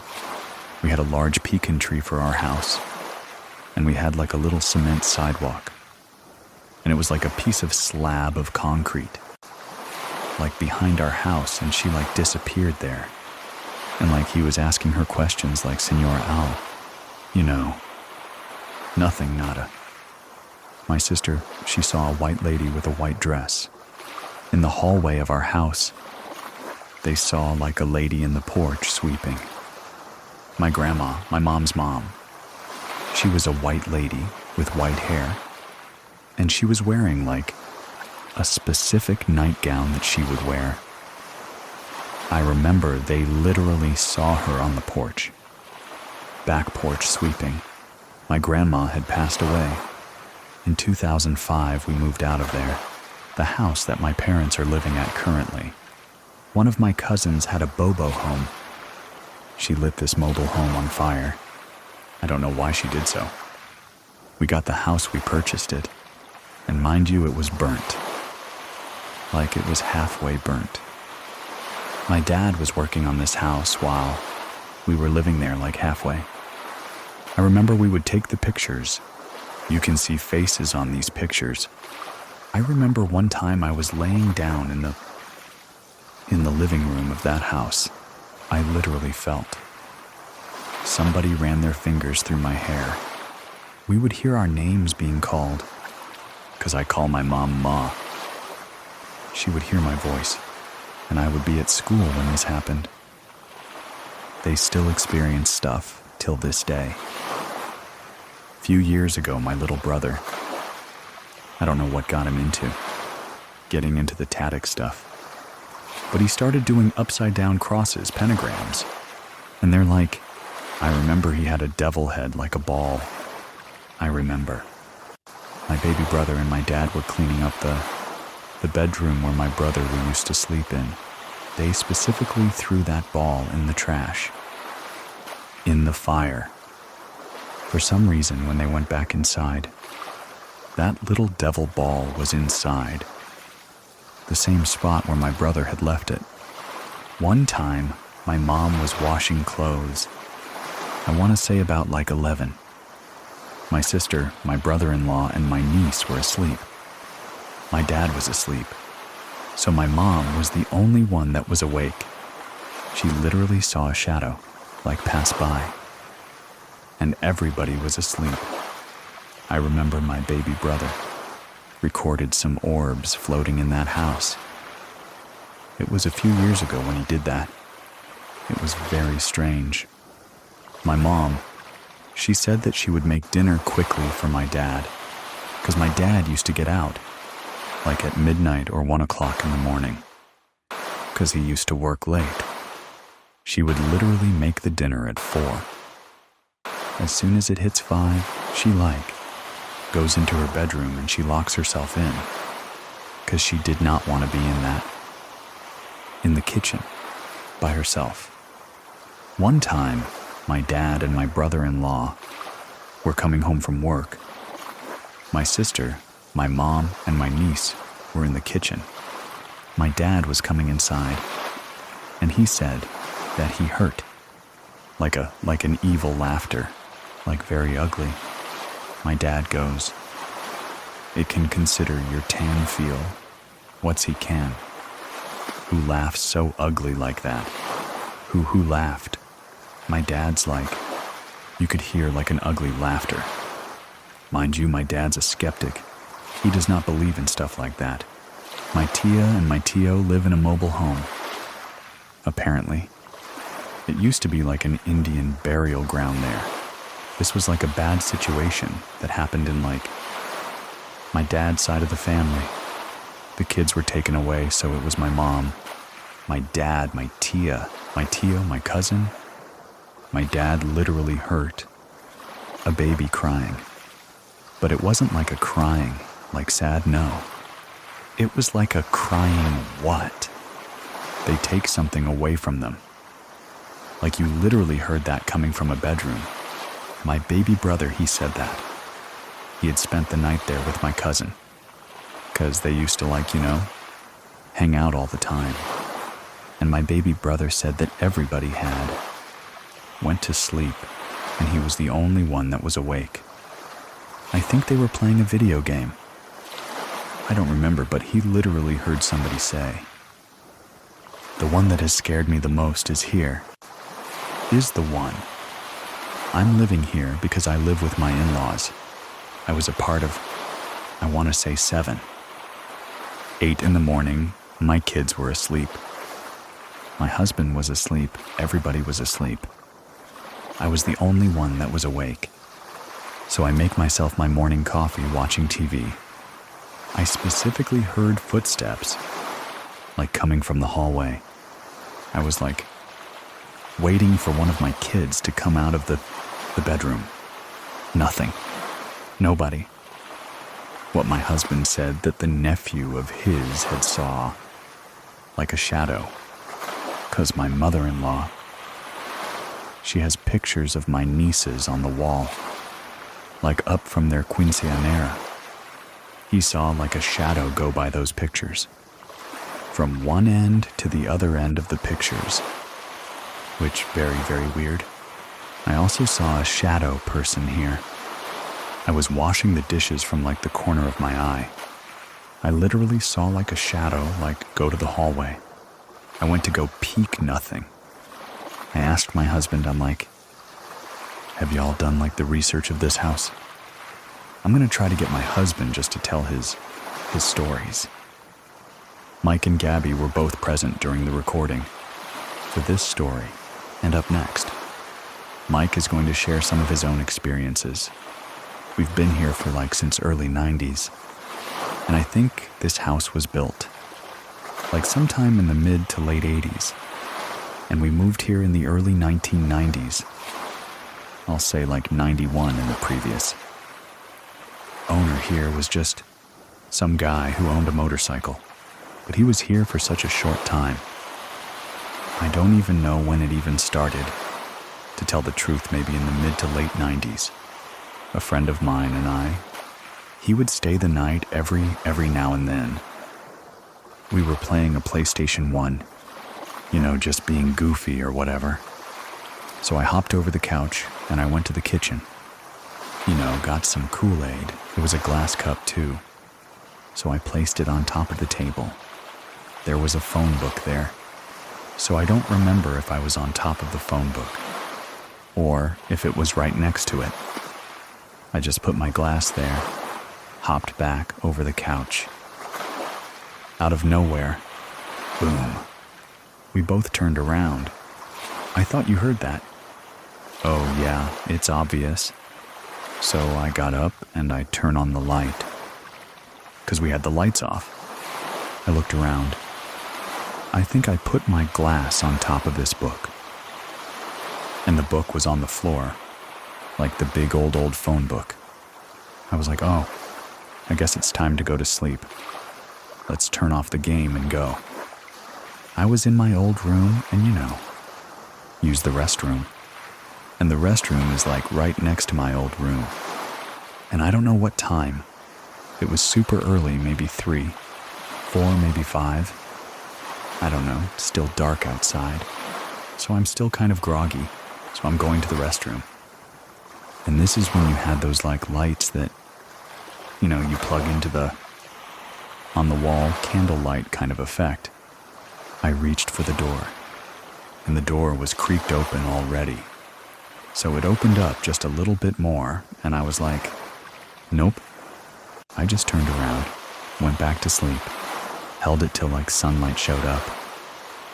I would say this was probably around high school times, and my brother was sleeping in the living room. I went to go restroom or whatever. My brother was hiding in the kitchen, crouched down. Goes, hey, Mike. I was like, oh, what are you doing there, man? He's like, something is hitting the glass on the window. At that time, we had a past the backyard. There was a small, dense foresty, section of the field. I guess because there was the main road behind or in front of that. Now, they've built an Arby's or something right there. But a long time ago, there was this creepy forest-like area. It's so small, but when you go in there, it's so dense that it gets dark in there. It's so weird. So anyways, talking about somebody throwing rocks or something, tapping his glass, I'm like, what are you talking about? And then I heard it, and then now I squatted down. We're both squatting down, looking at this window, and I had a dog in the backyard, and he's not even barking or nothing. I was like, I don't know what that was. I was like, okay, I'm gonna go lay back down. You're on your own. So he's like, man, that's messed up. When our kids were real small, we would always get balloons, and I've always hated balloons. So we always had ceiling fans on all the time, and these balloons would always get tangled up.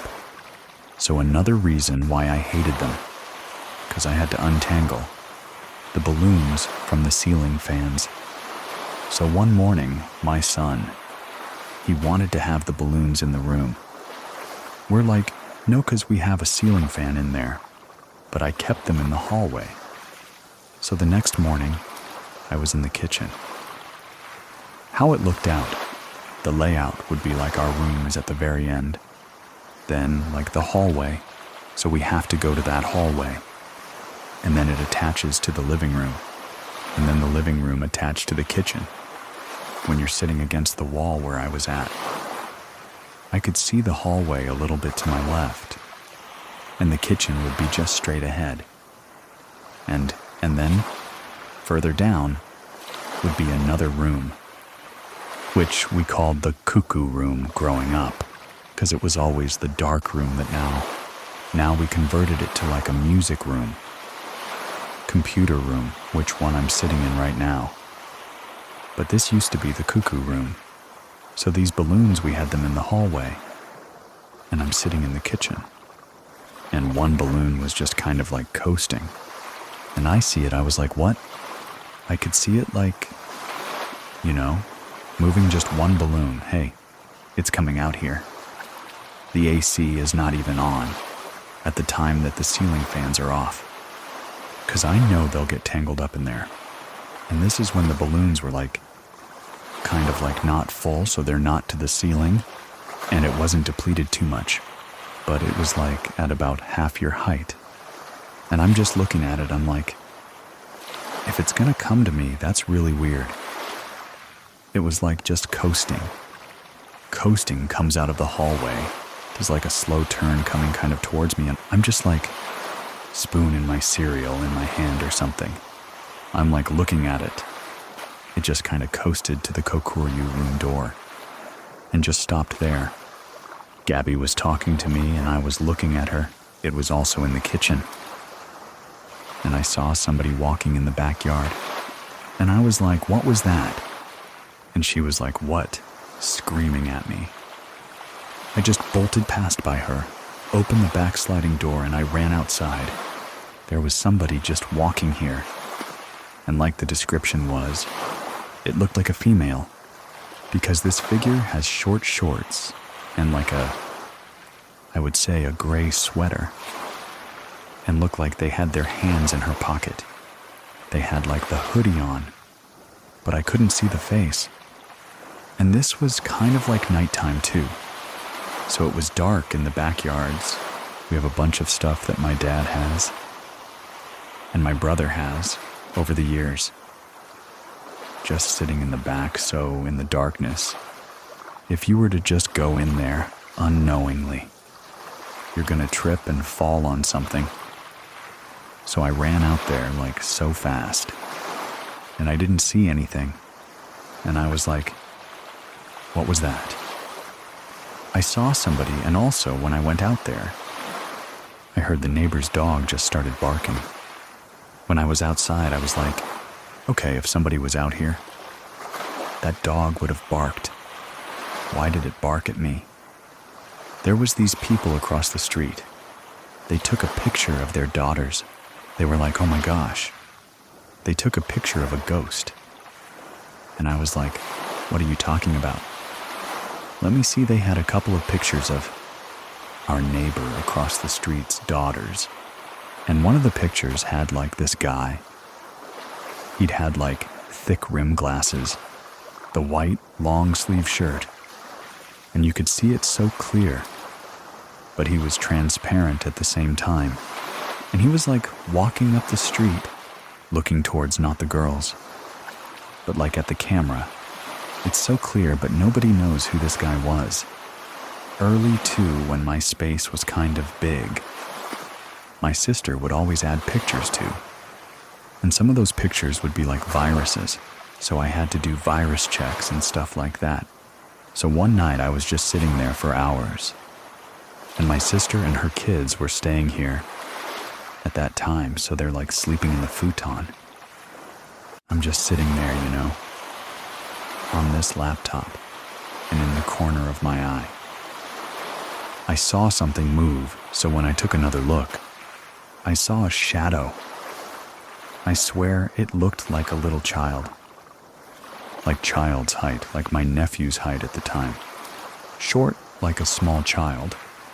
It moved and then it ran into like a parent's room, or like that hallway where the washroom was at. Because during that time it was kind of a garage. But it was being built into those rooms. I got up and I was like, was that my nephew? I know he's asleep, and I was like, that's kind of weird. My boys were pretty small. Gabby and the boys were asleep. I, go to the hallway, go to the living room, go to the restroom, and I hear footsteps. It sounded like it came from maybe the hallway. Came to the door, and I'm like, oh, it's probably the boys. They probably have to use the restroom or something. So I have to quickly finish my thing. And I hear run stop and then run back. Like maybe they got scared and ran back into the room. I come out, open the door. Nobody's out there. I'm looking okay. That's weird. Go back into the room. And I go to my boys and see Gabby, and they're all asleep. I was like, what was that was so clear? Like somebody barefooted ran, feet running from far away to close and then back. Told Gabby about that. She heard something similar too. And when our firstborn was small, right? I think we had the baby monitor, and it was those things kind of sometimes work. Sometimes they don't, and I think we had it on. And we heard a baby cry from the hallway. And I was like, I think I heard him cry. So we ran over there to go check. And he was sound asleep. If he cried, he would have been awake. I don't think it came from the monitor at all. It's so strange. Everything that's happened with me. It's like I never really got scared. I guess I did. At first it was like kind of creepy. But now I'm like, I don't really care. But I always get real interested, like hyped up when something I see or hear.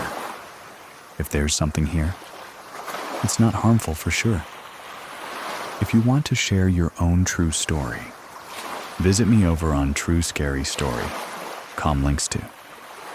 Everything will be in the description of this episode to get next week's story early and all of our catalog without ads. Try out Scary Plus over on Scary Plus. Thank you very much for listening. Keep it scary, everyone. See you soon.